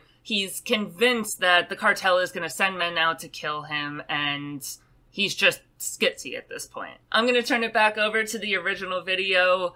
Thanks again for dealing with my background, the way I look. I know I'm a whole mess. I hope this all makes more sense now that I was able to put this little blurb in there. One day, Roy is sitting in his house in Massapequa Park. That's on Long Island. And he's scared to leave because the cartel is going to come through and kill him if he leaves the house. He's just hanging out with Joseph Guglielmo, his cousin that has the apartment upstairs from the bar. And he's just like eating some lunch, just chilling. He's getting threatened pretty regularly by cartel enforcers at this point, so anybody with brown skin is out to get him in his mind. They're going to kill him. He hasn't even told Chris at this point that anything is going down. He's keeping Chris completely separated from it, because if it does come down to him having to actually kill him, he doesn't want Chris to see it coming, so he's just keeping it completely separate from him. He looks outside the window and he sees a dude sitting in his car outside his house. He's brown, so they must have found him. So now Roy is like, yeah, screw this shit. This cartel really went and sent a man to my house, my home, where my family sleeps. They are dead. So he goes outside strapped with Joseph and they try to grab this kid out of the car. Dude sees them coming and he nopes the fuck out of there. He gets out. Roy's having none of it though. So him and Joseph, they're done and they get in the car and he's kind of like going crazy. He's like, they want to see my family dead. They sent someone where my kids sleep. Like, no, we're gonna kill this motherfucker. Him and Joseph hop into a car and they start chasing this dude down. The chase goes on for 7 miles on Route 110 through Amityville and Farmingdale until Roy runs this kid off the block and damages his car to the point that he can't drive it anymore, at which time they open fire and spray the hell out of this car and kill the kid that was driving. So now Roy drives off. He's feeling super proud of himself. Like, yeah, it was a really public killing.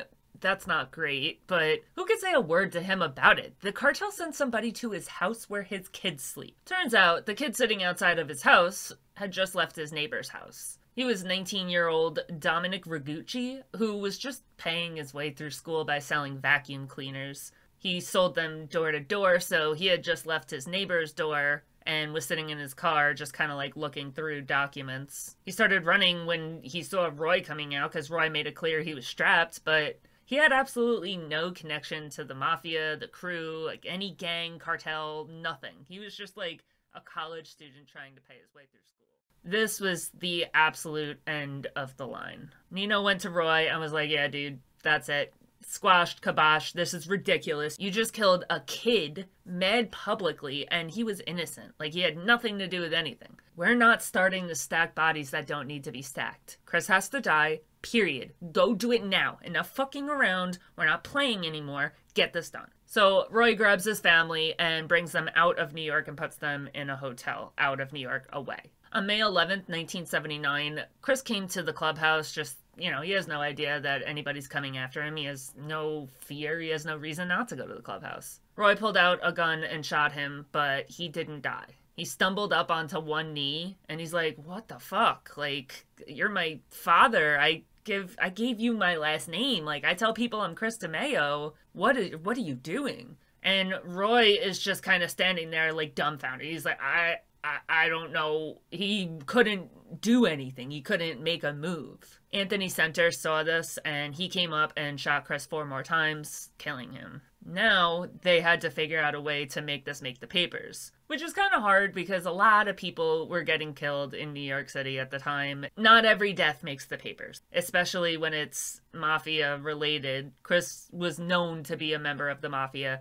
It was highly likely that it wouldn't make the paper, so they had to figure out a way to do something to make it make the media. They put him in his car, and they put the car on a street near a park, and then they drove by the car and lit it up with a machine gun. They knew that that was enough of a spectacle, you know, putting it near a park and people will, oh my god, that's where my kids are. What if they were there at 3 o'clock in the morning when probably somebody got killed? The cops did know that he wasn't killed in this car, but it did have its desired effect. It did make the newspapers. So, crisis averted. No gang war, no nothing. They called it their internal Bay of Pigs. I'm guessing because the Cuban was involved, and I went over the Bay of Pigs in one of my videos. Yeah, I want to say Carlos Marcello, I went over the Bay of Pigs and what that is, because that was actually really heavily Mafia involved. So if you want to know about the Bay of Pigs and what went into that, go ahead and go look at the Marcello video. Yeah, they called this incident where it almost came down to a Colombian or a Cuban cartel fight, or a Colombian cartel, someone's cartel. It almost came down to a gang war. They called that the Bay of Pigs. Roy would bring Chris up at family events and barbecues and everything that they had for the next few years. And he would just like be sulking somewhere in the corner, just like sad. He said he felt empty without him. It didn't feel like the party was complete. And honestly, I get this. I do. I've lost a best friend. I've lost a parent. Like, trust me, I understand that losing somebody that important to you creates. He has every right to feel that way. But it's just kind of wild to me that he even has the capacity to feel that kind of loss from a death of his doing, and especially how often he doles it out. It's just wild to me. I mean, I know, I get it. It's very different to kill someone that you're enemies with and someone that you look at as a son. But it's just, I don't know, it's just crazy. Even me, I mean, I don't get sad at, I don't really have a family, but if I go out and, you know, I don't really sit around anymore and say, you know, oh, I wish my mom was here. I wish Billy was here. I don't do that. So, it's crazy to me that he did. And I don't even kill people. Now, at this point, Roy is stupid rich. Stupid rich. He had some really, really successful schemes pay off, and they paid off huge. He had the drugs from the $500,000 deal that they didn't have to pay out because they killed the people. Before that, he had been put on the board of a credit union, and this was like a small little credit union in Brooklyn. But think about the amount of money that goes into any kind of banking institution. There's a lot. And while he was there, he laundered money that he had made illegally, and he got a bunch of his colleagues at the bank to do the same. So, like, he would go and say, okay, Joe Schmo is working at the bank. I'm going to match you up with, let's say, Chris. And Chris is going to go out, he's going to commit all of his illegal activities, and then he's going to bring the money to Joe Schmo, who works at the bank, and then Joe Schmo is going to clean the money for him. And each person would do that, like each person at this credit union would get matched up with somebody in his crew, and they'd make some money for laundering the money, and, you know, it worked out for all parties involved.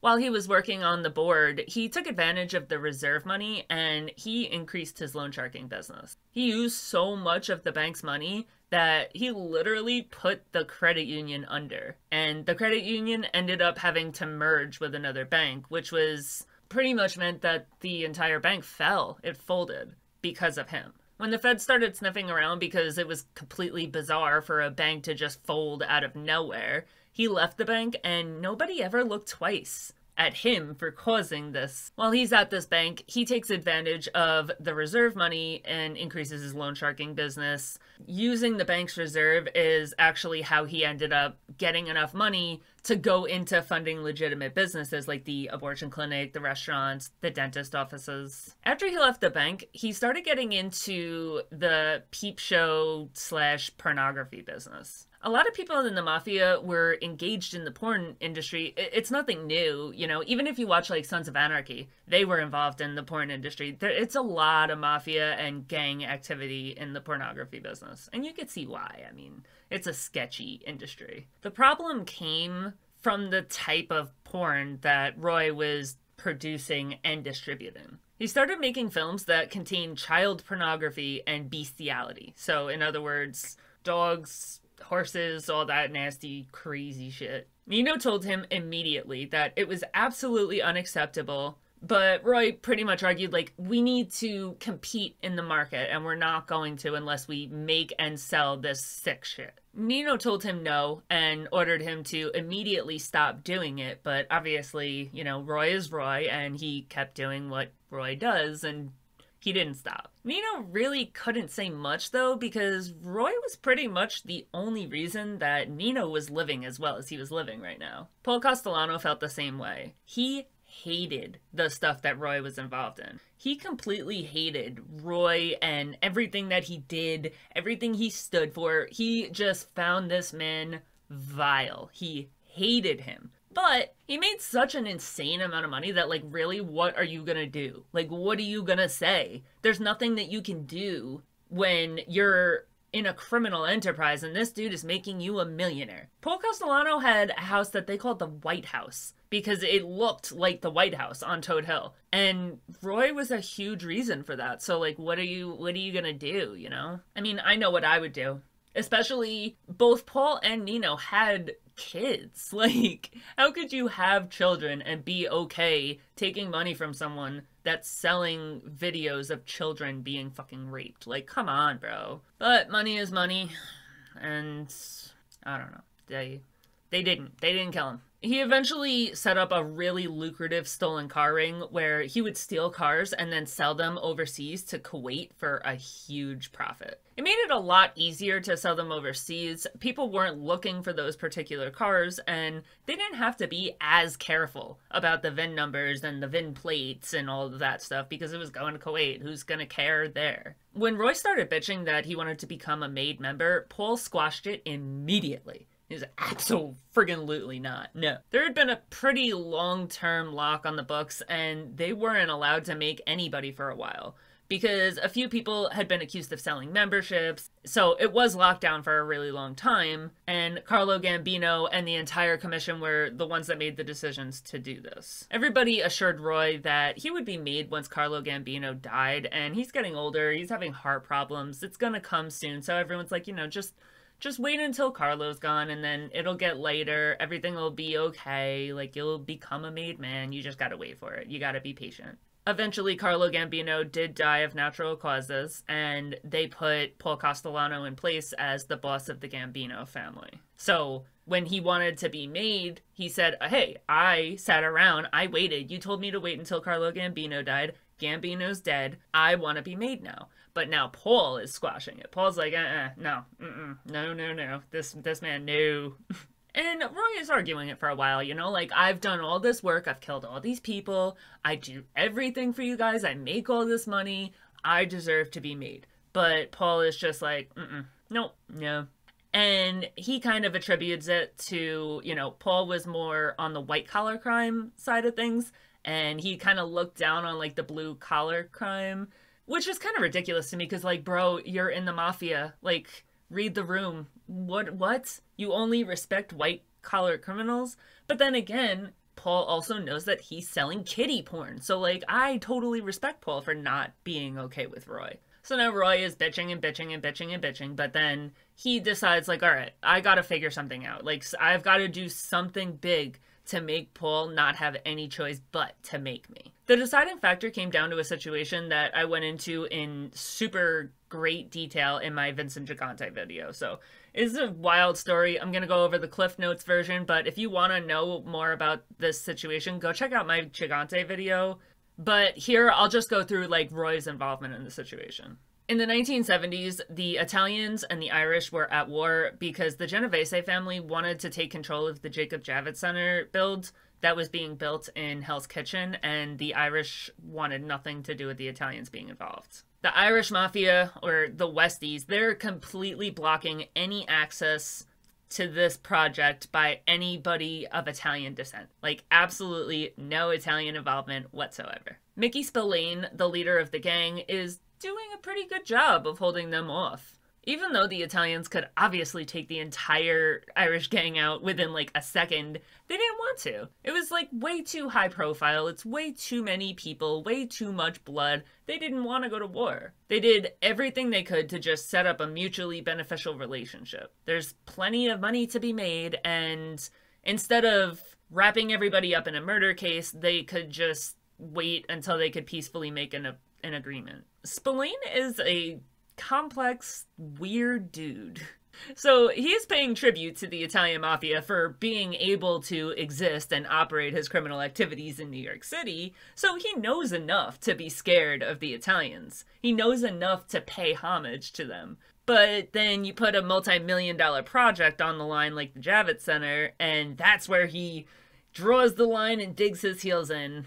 So he's weird. Spillane had a habit of kidnapping people and holding them for ransom, which was almost always paid because it was in the Mafia and they couldn't be known to lose their people. Like, they had to make it clear, like, yeah, we don't want to be weak. You know, the whole we don't negotiate with terrorists thing. But the whole point of being in the Mafia is to be protected. So they always got paid. But because of this, the Italians are getting pretty freaking sick of this man real fast. Another problem that Spillane has is that another Irish mobster, James Coonan, has some serious beef with him. He's hated him, like, forever because Spillane beat the shit out of Conan's father a while back. Conan's father was an accountant, and Spillane kidnapped him, pistol whipped him, and held him until ransom was paid. When Coonan came at Spillane and his friends with a machine gun, Spillane went back to Coonan's father and smacked the shit out of him. He pretty much told him, like, get your son in order, get this shit figured out, or I'll be back. And now Coonan is pissed. But he can't do anything because he got locked up in relation to another murder kidnapping, and he's doing some time on that charge, so he can't really do anything about it at this time. Another Irish mobster who starts making a name for himself is Francis, or as he was known, Mickey Featherstone. Featherstone is the type of guy that just, like, does not give a fuck. If he got into a bar fight with someone, he would go outside with them and shoot them in the head in front of an entire crowd and not give a shit. He would just walk away, not caring. And he always got away with it. I don't know how you can kill someone in front of 20 people and still walk away out of a court a free man, but he had done it multiple times. When he borrowed Coonan's gun to do a crime once, Coonan sees Featherstone just, like, body a dude in front of a crowd, and he's like, you know what? I need this boy on my team. He's a beast. I like this kid. So he makes Featherstone his number 2. Now, DeMeo is trying to become a made member, and it's ridiculous that he hasn't become one yet. By now, he's up to, like, a body a week. He's just dropping people left and right. He's taking care of all the dirty work for the entire family. He's earning millions and millions of dollars, but Castellano still doesn't want him being made. DeMeo gets a tip that Castellano is really trying to get a foothold in Hell's Kitchen because he has business that he wants to do at the Javits Center as well. So DeMeo is like, I bet this is my ticket in, done. I'll get the family a foothold in Hell's Kitchen, and then Castellano will have no choice but to make me a made man. He reaches out to his people on the west side and he's like, yo, I need to get in touch with somebody important, some important Irish dude over there, get me in touch. His people on the west side are like, if you want to get in touch with any important Irish dudes, you gotta go through Jimmy Coonan.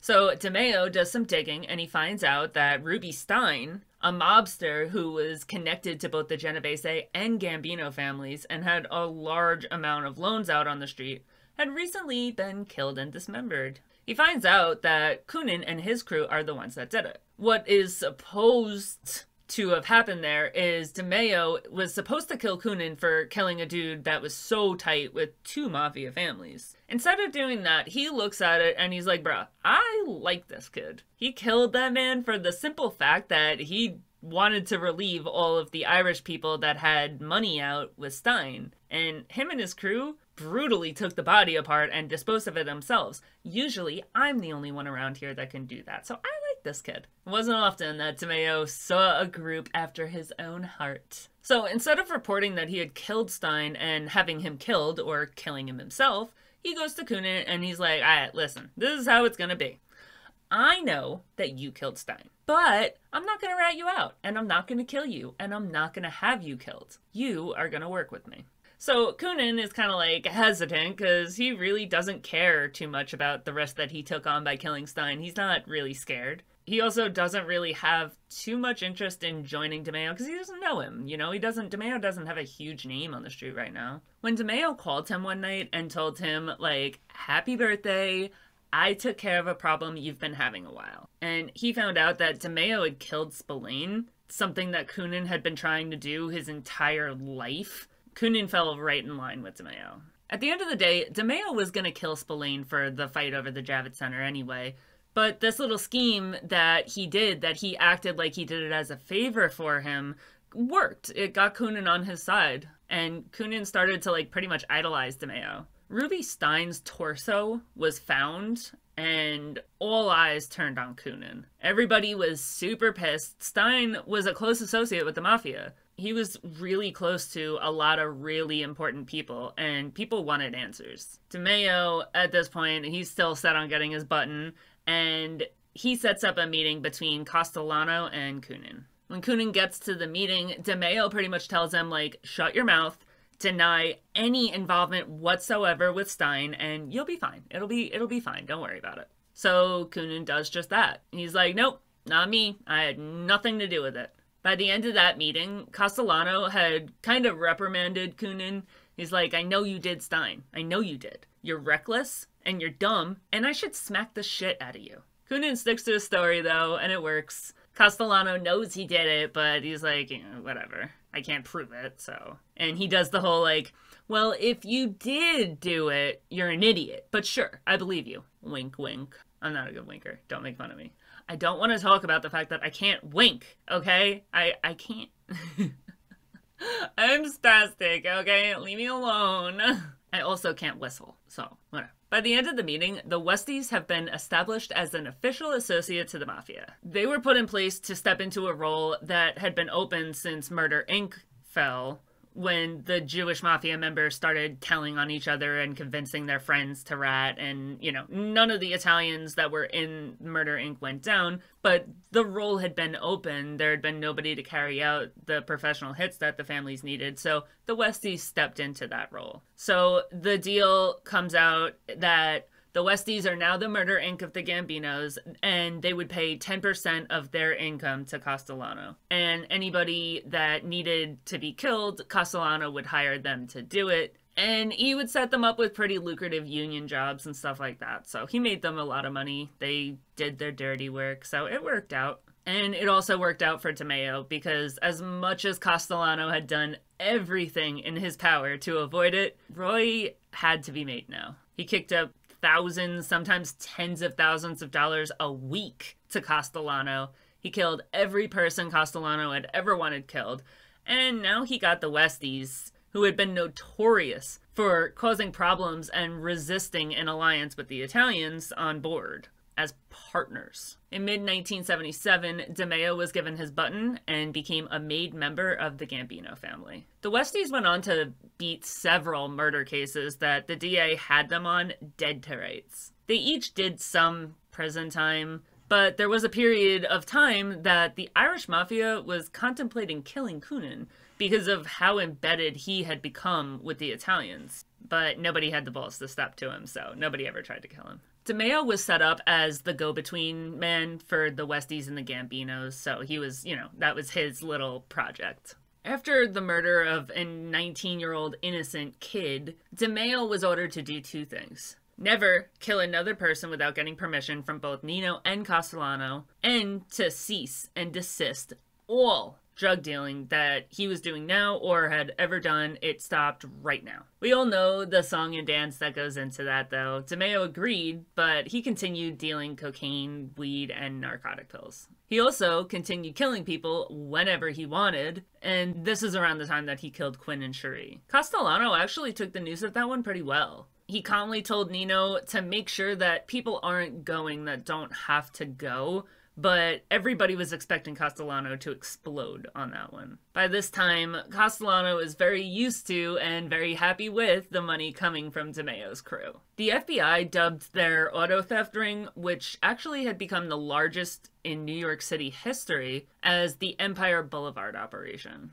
Stolen cars were being exported to Kuwait and Puerto Rico through Newark, New Jersey ports. The crew only consisted of 5 members, but each of them were taking home about $30,000 a week, which means that the amount that was being kicked up to Castellano was more than enough to make him overlook the little things, like, killing a girl because she was dating a dude. It's fine. Castellano had gotten behind Roy 100% by this time. When James Eppolito Jr. and Sr., 2 made men in the Gambino family, approached Castellano and pretty much told him that DeMeo and Nino were dealing drugs, which was an immediate death penalty, Castellano didn't really have to think about it too much. Nino was pretty much Castellano's right-hand man by this point, and DeMeo had started to stack bodies over the 3-digit mark in service of Castellano. James Eppolito Sr. and Jr. are obviously father and son. Father Eppolito has a brother, Louis Eppolito, who is both a prior NYPD detective and a made man in the Gambino family for Castellano. Louis's father, Ralph, James Sr.'s brother, is also a made member. So this is a really hairy situation for Castellano. On one side, he's got a dude that does all his killing for him, makes him a ton of money, is the main contact with the Westies who are bringing in union jobs and killing people they need to get rid of and letting them get in on the Javits Center. Like, he's bringing millions in. And then on the other hand, you have an entire family full of made men that are pretty valuable themselves. One's a former detective, and he has connections at the police department. They earn, not as much as Roy earns, but they do earn. And there's a bunch of them, and those people all have friends. At the end of the day, though, Castellano did side with Nino and Roy. He told Nino he could do as he wished. He didn't want to hear about it, but, you know, take the whole crew out if you want, I don't really care. Nino and Roy went together to kill James Jr. and Sr. on October 1st, 1979. They had them in the car, and the father got spooked. And he just didn't like the situation. He didn't like the vibes. So he told James Jr. to pull over the car so that he could pee. James bitched and he was like, "No, Dad, just wait a minute. We'll be there soon." They were heading to the Gemini Lounge together. Father flips out, tells him, "Listen to your father, pull over the car." And now by this point, DeMeo and Nino are like, all right, it's on. They know. They know something's going on. They know something's fishy. So we got to do something now. The only problem is they were on a pretty main road with a lot of witnesses, and that's why the father had done that. He was like, you know, they're not going to do that on a busy main street like this. But clearly he didn't know DeMeo, so, you know, DeMeo, I gotta do what I gotta do, and he shot and killed both James Sr. and Jr. in the car. Because it was such a public spot, this dude saw the whole thing go down. This kid had, like, recently had a dream that he was Superman and he saved the city of New York with his crime-stopping abilities. So even though he was a criminal himself who carried a loaded weapon, he decided to do something about it. He also thought that it was a girl that had been killed. He didn't realize that it was a dude. He flagged down a taxi and asked the taxi driver to call the cops. He had no idea that the taxi driver was actually an off-duty NYPD officer. The cop went after Nino and Roy. So Roy splits because Roy is just, I'm noping the fuck out of here. But the cop was able to catch Nino since he moved pretty slowly. He's older. He shot Nino in the neck after Nino began opening fire on him. Nino was charged with murder for the killing of James Jr. and Sr. and the attempted murder of the police officer. So now they have Nino pretty much red-handed. So what Roy does is he takes the gun that they used to shoot Eppolito with and he shot a bullet into a barrel of water. He got the bullet and he gave the bullet to Nino. Nino had refused to have the bullet removed by doctors, and instead the doctor said that the bullet would come out on its own. When it did, he got rid of the real bullet and he gave the cops the bullet that Roy had given to him. He claimed that he was also shot by the dude that killed James Jr. and Sr., and him having a firefight with the cop who actually didn't identify himself as a cop was just wrong place, wrong time. The fight wouldn't really hold up in court since the prosecution actually had images of the bullet when it was still in Nino's neck, and it showed a very different pattern. The bullet itself was very different because it was shot into two different things. One bullet was shot into a body, one was shot into water, so they look very different. And they have the one that was in his neck on the images, and you can clearly see, like, it's not the same bullet. Thank God for Nino, though he had a friend whose daughter was on the jury. The jury had been sequestered because of Mafia activity, but they were allowed to meet their family and friends for Valentine's Day. The girl's dad came to Valentine's Day and he instructed her to make sure that the jury was hung and that Nino didn't go to jail forever. So she went on and did just that. She would not agree with the rest of the jury that he was guilty for this crime. They all immediately said guilty, and she was the only one that was like, no, not guilty. She would just say, like, I have a feeling he didn't do it. I don't feel like he did it. Since the jury was tired of sitting around and fighting over it, and they didn't want to come out with a hung jury, they met in the middle. They agreed to find him not guilty for murder, but guilty for assault, for the fight that he had had with the cop. He was given 5 to 15 years, which is much less than the 3 life sentences he probably would have gotten without that girl. Plus, I think attempted murder of a cop is a capital offense. He could have gotten death if it was legal in New York at the time. The death penalty has been instated, abolished, and reinstated so many times in New York history. It was abolished in 1860, and it was reinstated in 1861. It was severely limited in 1967, and in 1972, all death penalty statutes in the country were invalidated. In 1973, a New York state law was written mandating a death sentence for anybody who was found guilty of murder of a police officer, a correctional officer, or a prisoner serving a life sentence. In 1977, the courts got rid of the death penalty for the police or correctional officer murder, and then in 1984, they got rid of the inmate one. So for a while there, it was legal. You don't get the death penalty. It's not legal, but you don't get the death penalty for killing a cop, but you do get one for killing a murderer. When they got rid of the one for the inmate, that abolished the death penalty altogether in New York. George Pataki reinstated the death penalty in New York in 1995, but he instated it by means of lethal injection, and it was finally ruled unconstitutional in 2004. In 2007, the final death sentence was reduced to life, and that left no remaining prisoners on death row. All execution equipment has been removed from any and all state facilities in the state of New York in 2008.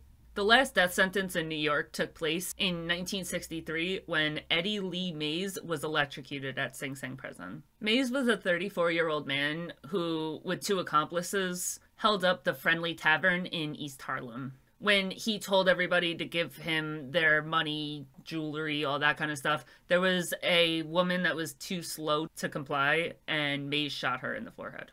Mays' lawyers fought to lower his charges to second-degree murder, and the prosecution agreed they would, and that would spare his life. He would just get life in prison. But Mays rejected it. He told them that he would rather be executed than spend the rest of his life in prison. The prosecution told the jury that he was part of a gang that admitted to pulling off 52 robberies in 6 weeks. And it took 90 minutes for the jury to find him guilty of first-degree murder. His 2 co-defendants, 34-year-old David Johnson and 30-year-old Jose Sanchez Fernandez, got life sentences in 1962. Johnson was paroled in 1976, and Sanchez Fernandez was paroled in 1977. So they really didn't even do their entire life. They got out pretty quickly. Mays was executed in the electric chair on August 15th, 1963 in Ossining, New York at Sing Sing prison. So that's kind of like a slap in the face. Like, yeah, they did a while, they did almost 20 years each, but they got out. One of them died, I think, like a year after he got out of prison of like cancer or something. No, he didn't die of cancer. He died because he stuck up a gas station, and the gas station attendant in Texas shot him and killed him. But yeah, he took the electric chair, and then he probably could have gotten paroled. So the whole point of that is Nino could have been sentenced to death in New York State in 1979. It was legal, but it's also very unlikely that he would have been. Even though Nino got off fairly light with a 5 to 15-year sentence, DeMeo still went and killed the witness, Patrick Penny, who tipped off the cop to the shooting and identified Nino as the shooter. Henry Borelli and Richard Denomey, Frederick Denomey's brother, were at the Empire Street operation one day when the police raided the place. They were arrested for their role in the operation. That was their main operation, so it was making millions of dollars. But there wasn't enough evidence to arrest DeMeo, Nino, or anybody else for having any part in it, so there was a little bit of a silver lining for them.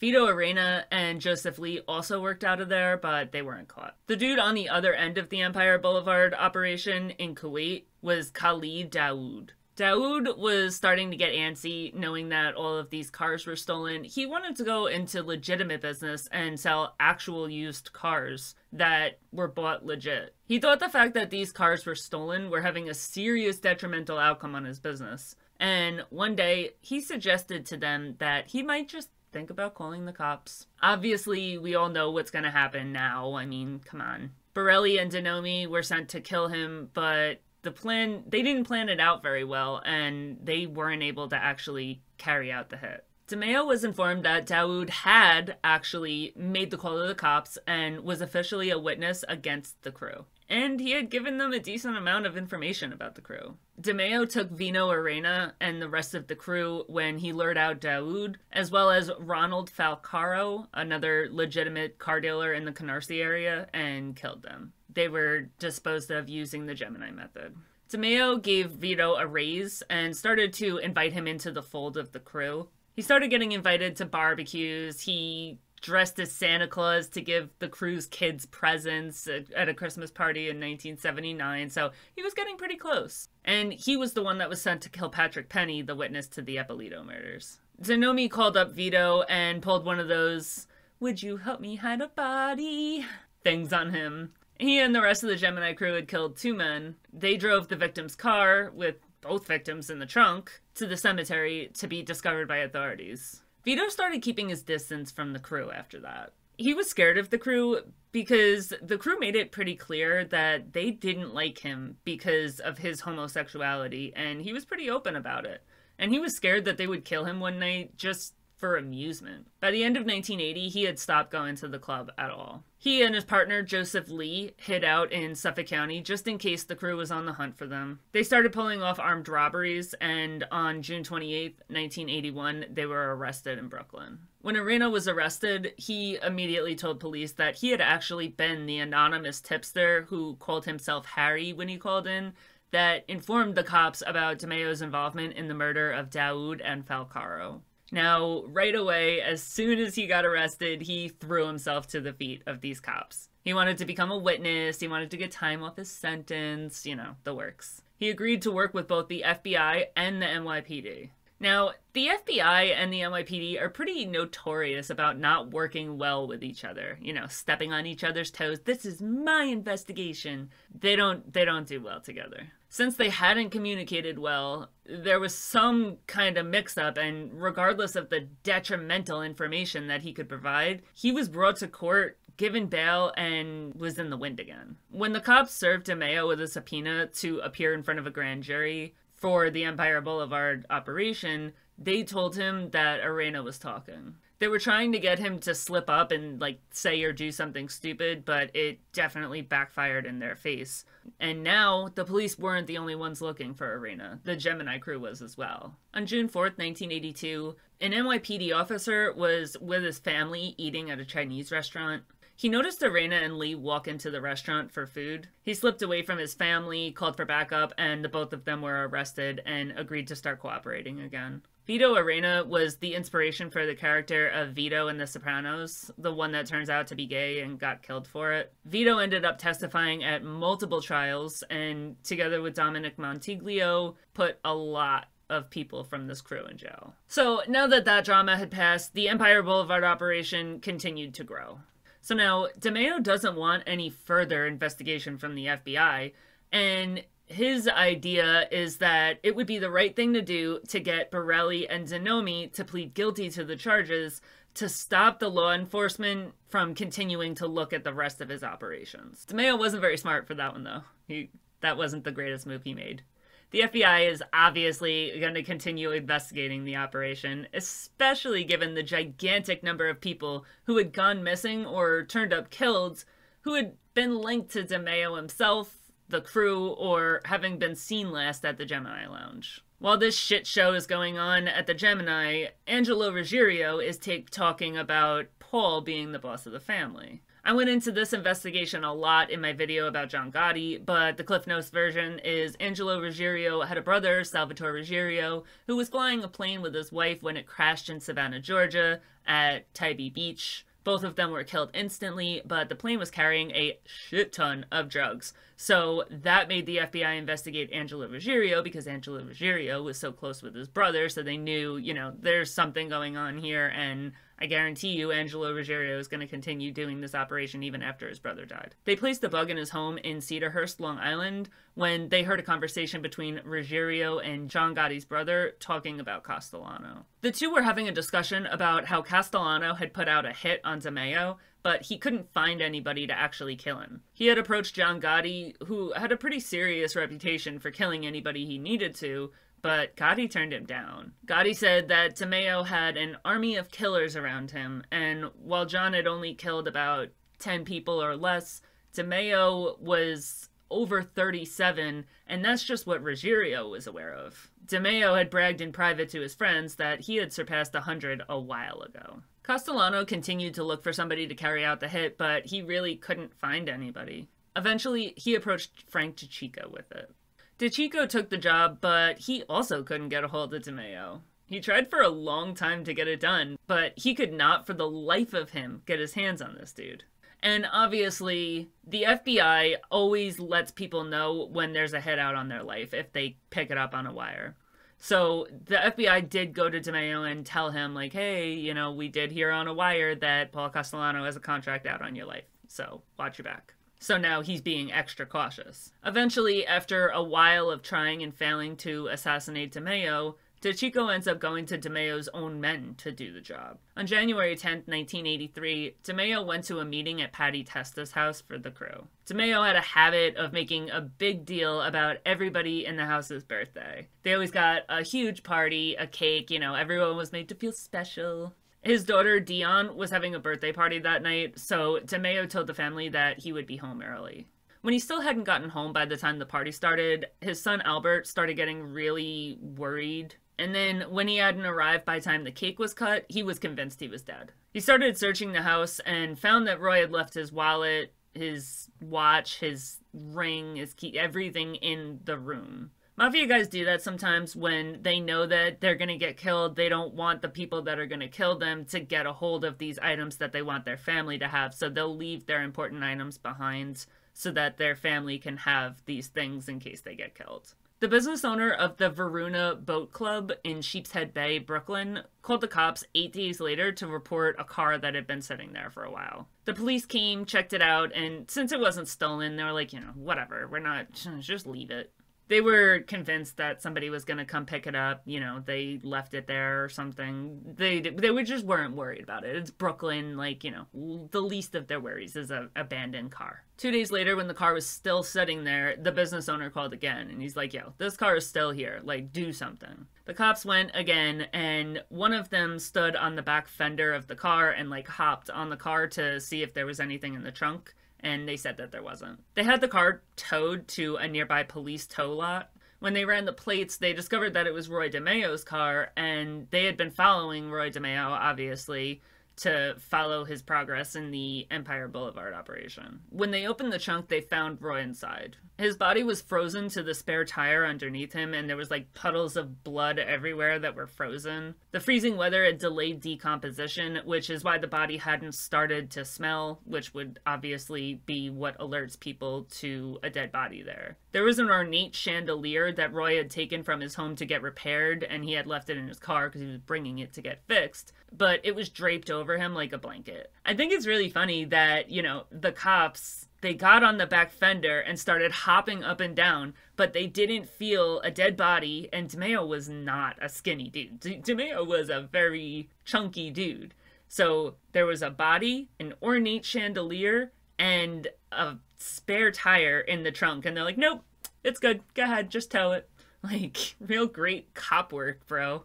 He had been shot multiple times in the head and once in the hand. The assumption is that, you know, he put his hand up like this and they shot through the hand and it went into his head and, you know, he got shot a bunch of times. When the cops talk about what they think happened, they believe that the situation was similar to the way that Chris had died. They think that Nino was actually the one that shot him, and Testa and Center each put a bullet behind each one of his ears, pretty much like a symbolic gesture to show that they understood why DeMeo had to be killed. His son Albert wrote a book called For the Sins of My Father, and he also agrees that DeMeo was killed by his own crew. In 1984, all the dudes from that crew that were free and alive were indicted. Nino Gaggi and Paul Castellano were also named in this indictment, which was a 78-count charge of auto theft, racketeering, and drug trafficking. Paul Castellano was indicted for ordering the murder of DeMeo, as well as a host of other crimes in the Mafia Commission's trial. Castellano was killed on December 15, 1985 by John Gotti, who then took his position as the boss of the Gambino family. A lot of people, most people, think it's really funny that Castellano ordered the death of DeMeo. The FBI indicated that there was no way in hell, with the amount of bodies that DeMeo had on him, that they would have offered DeMeo a plea bargain. And that's the reason that Castellano had DeMeo killed. He thought that DeMeo was going to cooperate now that he was indicted on the Empire Boulevard case. DeMeo was the only thing that was keeping Castellano alive. Gotti loved to say that it was because of Aniello Della Croce dying and, you know, Castellano not going to Della Croce's funeral. And I'm sure that did have a little part of it. I'm sure that Sting definitely had a piece of it. But I would say it's probably 80% DeMeo gone and 20% Della Croce gone. Nobody would have touched Paul Castellano while DeMeo was around to protect him. But as soon as DeMeo was gone, Castellano was fair game, and he was killed, and nobody did anything about it because DeMeo was gone. So Castellano pretty much ordered his own friggin' death. Nino became the main defendant in the trial after Castellano died, but he died shortly after due to natural causes. Henry Borelli was found guilty of 2 counts of murder for the 2 car dealers. He got life in prison. Anthony Center and Joseph Testa were found guilty in June of 1989 of murdering Dawood and the other car dealer. They also got life. Because they had pled guilty to the charges before, it was really easy to wrap them up into the RICO charges. Even though they had previously been found not guilty for the murder of Andre Katz, because RICO throws away constitutional rights, they were retried and found re-guilty of that again. They both got life sentences for murder with an additional 20 years for racketeering. Richard Denomi was killed by the crew after Vito Arena flipped because they were scared that, you know, your partner flipped, we don't want you to flip, so they killed him. After he was killed, Frederick Denomi became a witness and he later committed suicide. Vito Arena was killed during an armed robbery in Texas while holding up a gas station. So when I said before that that dude had died of natural causes, he really did die of natural causes. Their old club hangout, the Gemini Lounge, became, of all things, a church. DeMeo's son, Albert, went on to become a stockbroker. When his father had first died, he was bent on avenging him. While he was looking into that and trying to avenge him, he was run off the road and beaten to a bloody pulp on Sunrise Highway by members of the crew. So he just kind of like took the L and kept on moving. For a kid who claims to have been carrying a 25 with him every day to class in high school, designated as a bodyguard for both of his sisters, and picked up outside of his high school to go collect loan sharking debts at 13 years old, it's pretty impressive that he made it out. When Murder Machine was released, he had a nervous breakdown and he was diagnosed with PTSD. He had bleeding ulcers and went out of his mind for a while, but he went to therapy and he claims to be doing a lot better now. Roy DeMeo's wife, Gladys, died of cancer on September 26, 2002. There was a whole shit ton of murders that went on that I didn't talk about. I only covered like 10, and that is the tip of the iceberg. There was so many other ones. This group killed for revenge. They killed to keep people silent. They killed innocent people on accident, and they murdered for hire. Their body counts are so astronomical. It's insane. When they were trying the surviving members, the prosecutors came out and said that the Roy DeMeo crew was the most violent crew ever prosecuted in federal court. Legit, there is not one human being in this entire story that deserved to breathe a sip of air. Like, the world is so much better off without them. Every single one of these guys are just scum. What they did to their victims, a lot of them not even Mafia related, is so reprehensible that you have to hope that there is some sort of judgment day after you die. Because if they don't have to answer for the torture that they doled out, that's just not fair. All right, that is all I have for this horrible waste of a human life, Roy DeMeo. If you've made it this far, thanks so much for sticking around. I hope you enjoyed the video. Please don't forget to like, share, subscribe, follow, comment, do all the things. And I'll see you next week. Bye. Bye!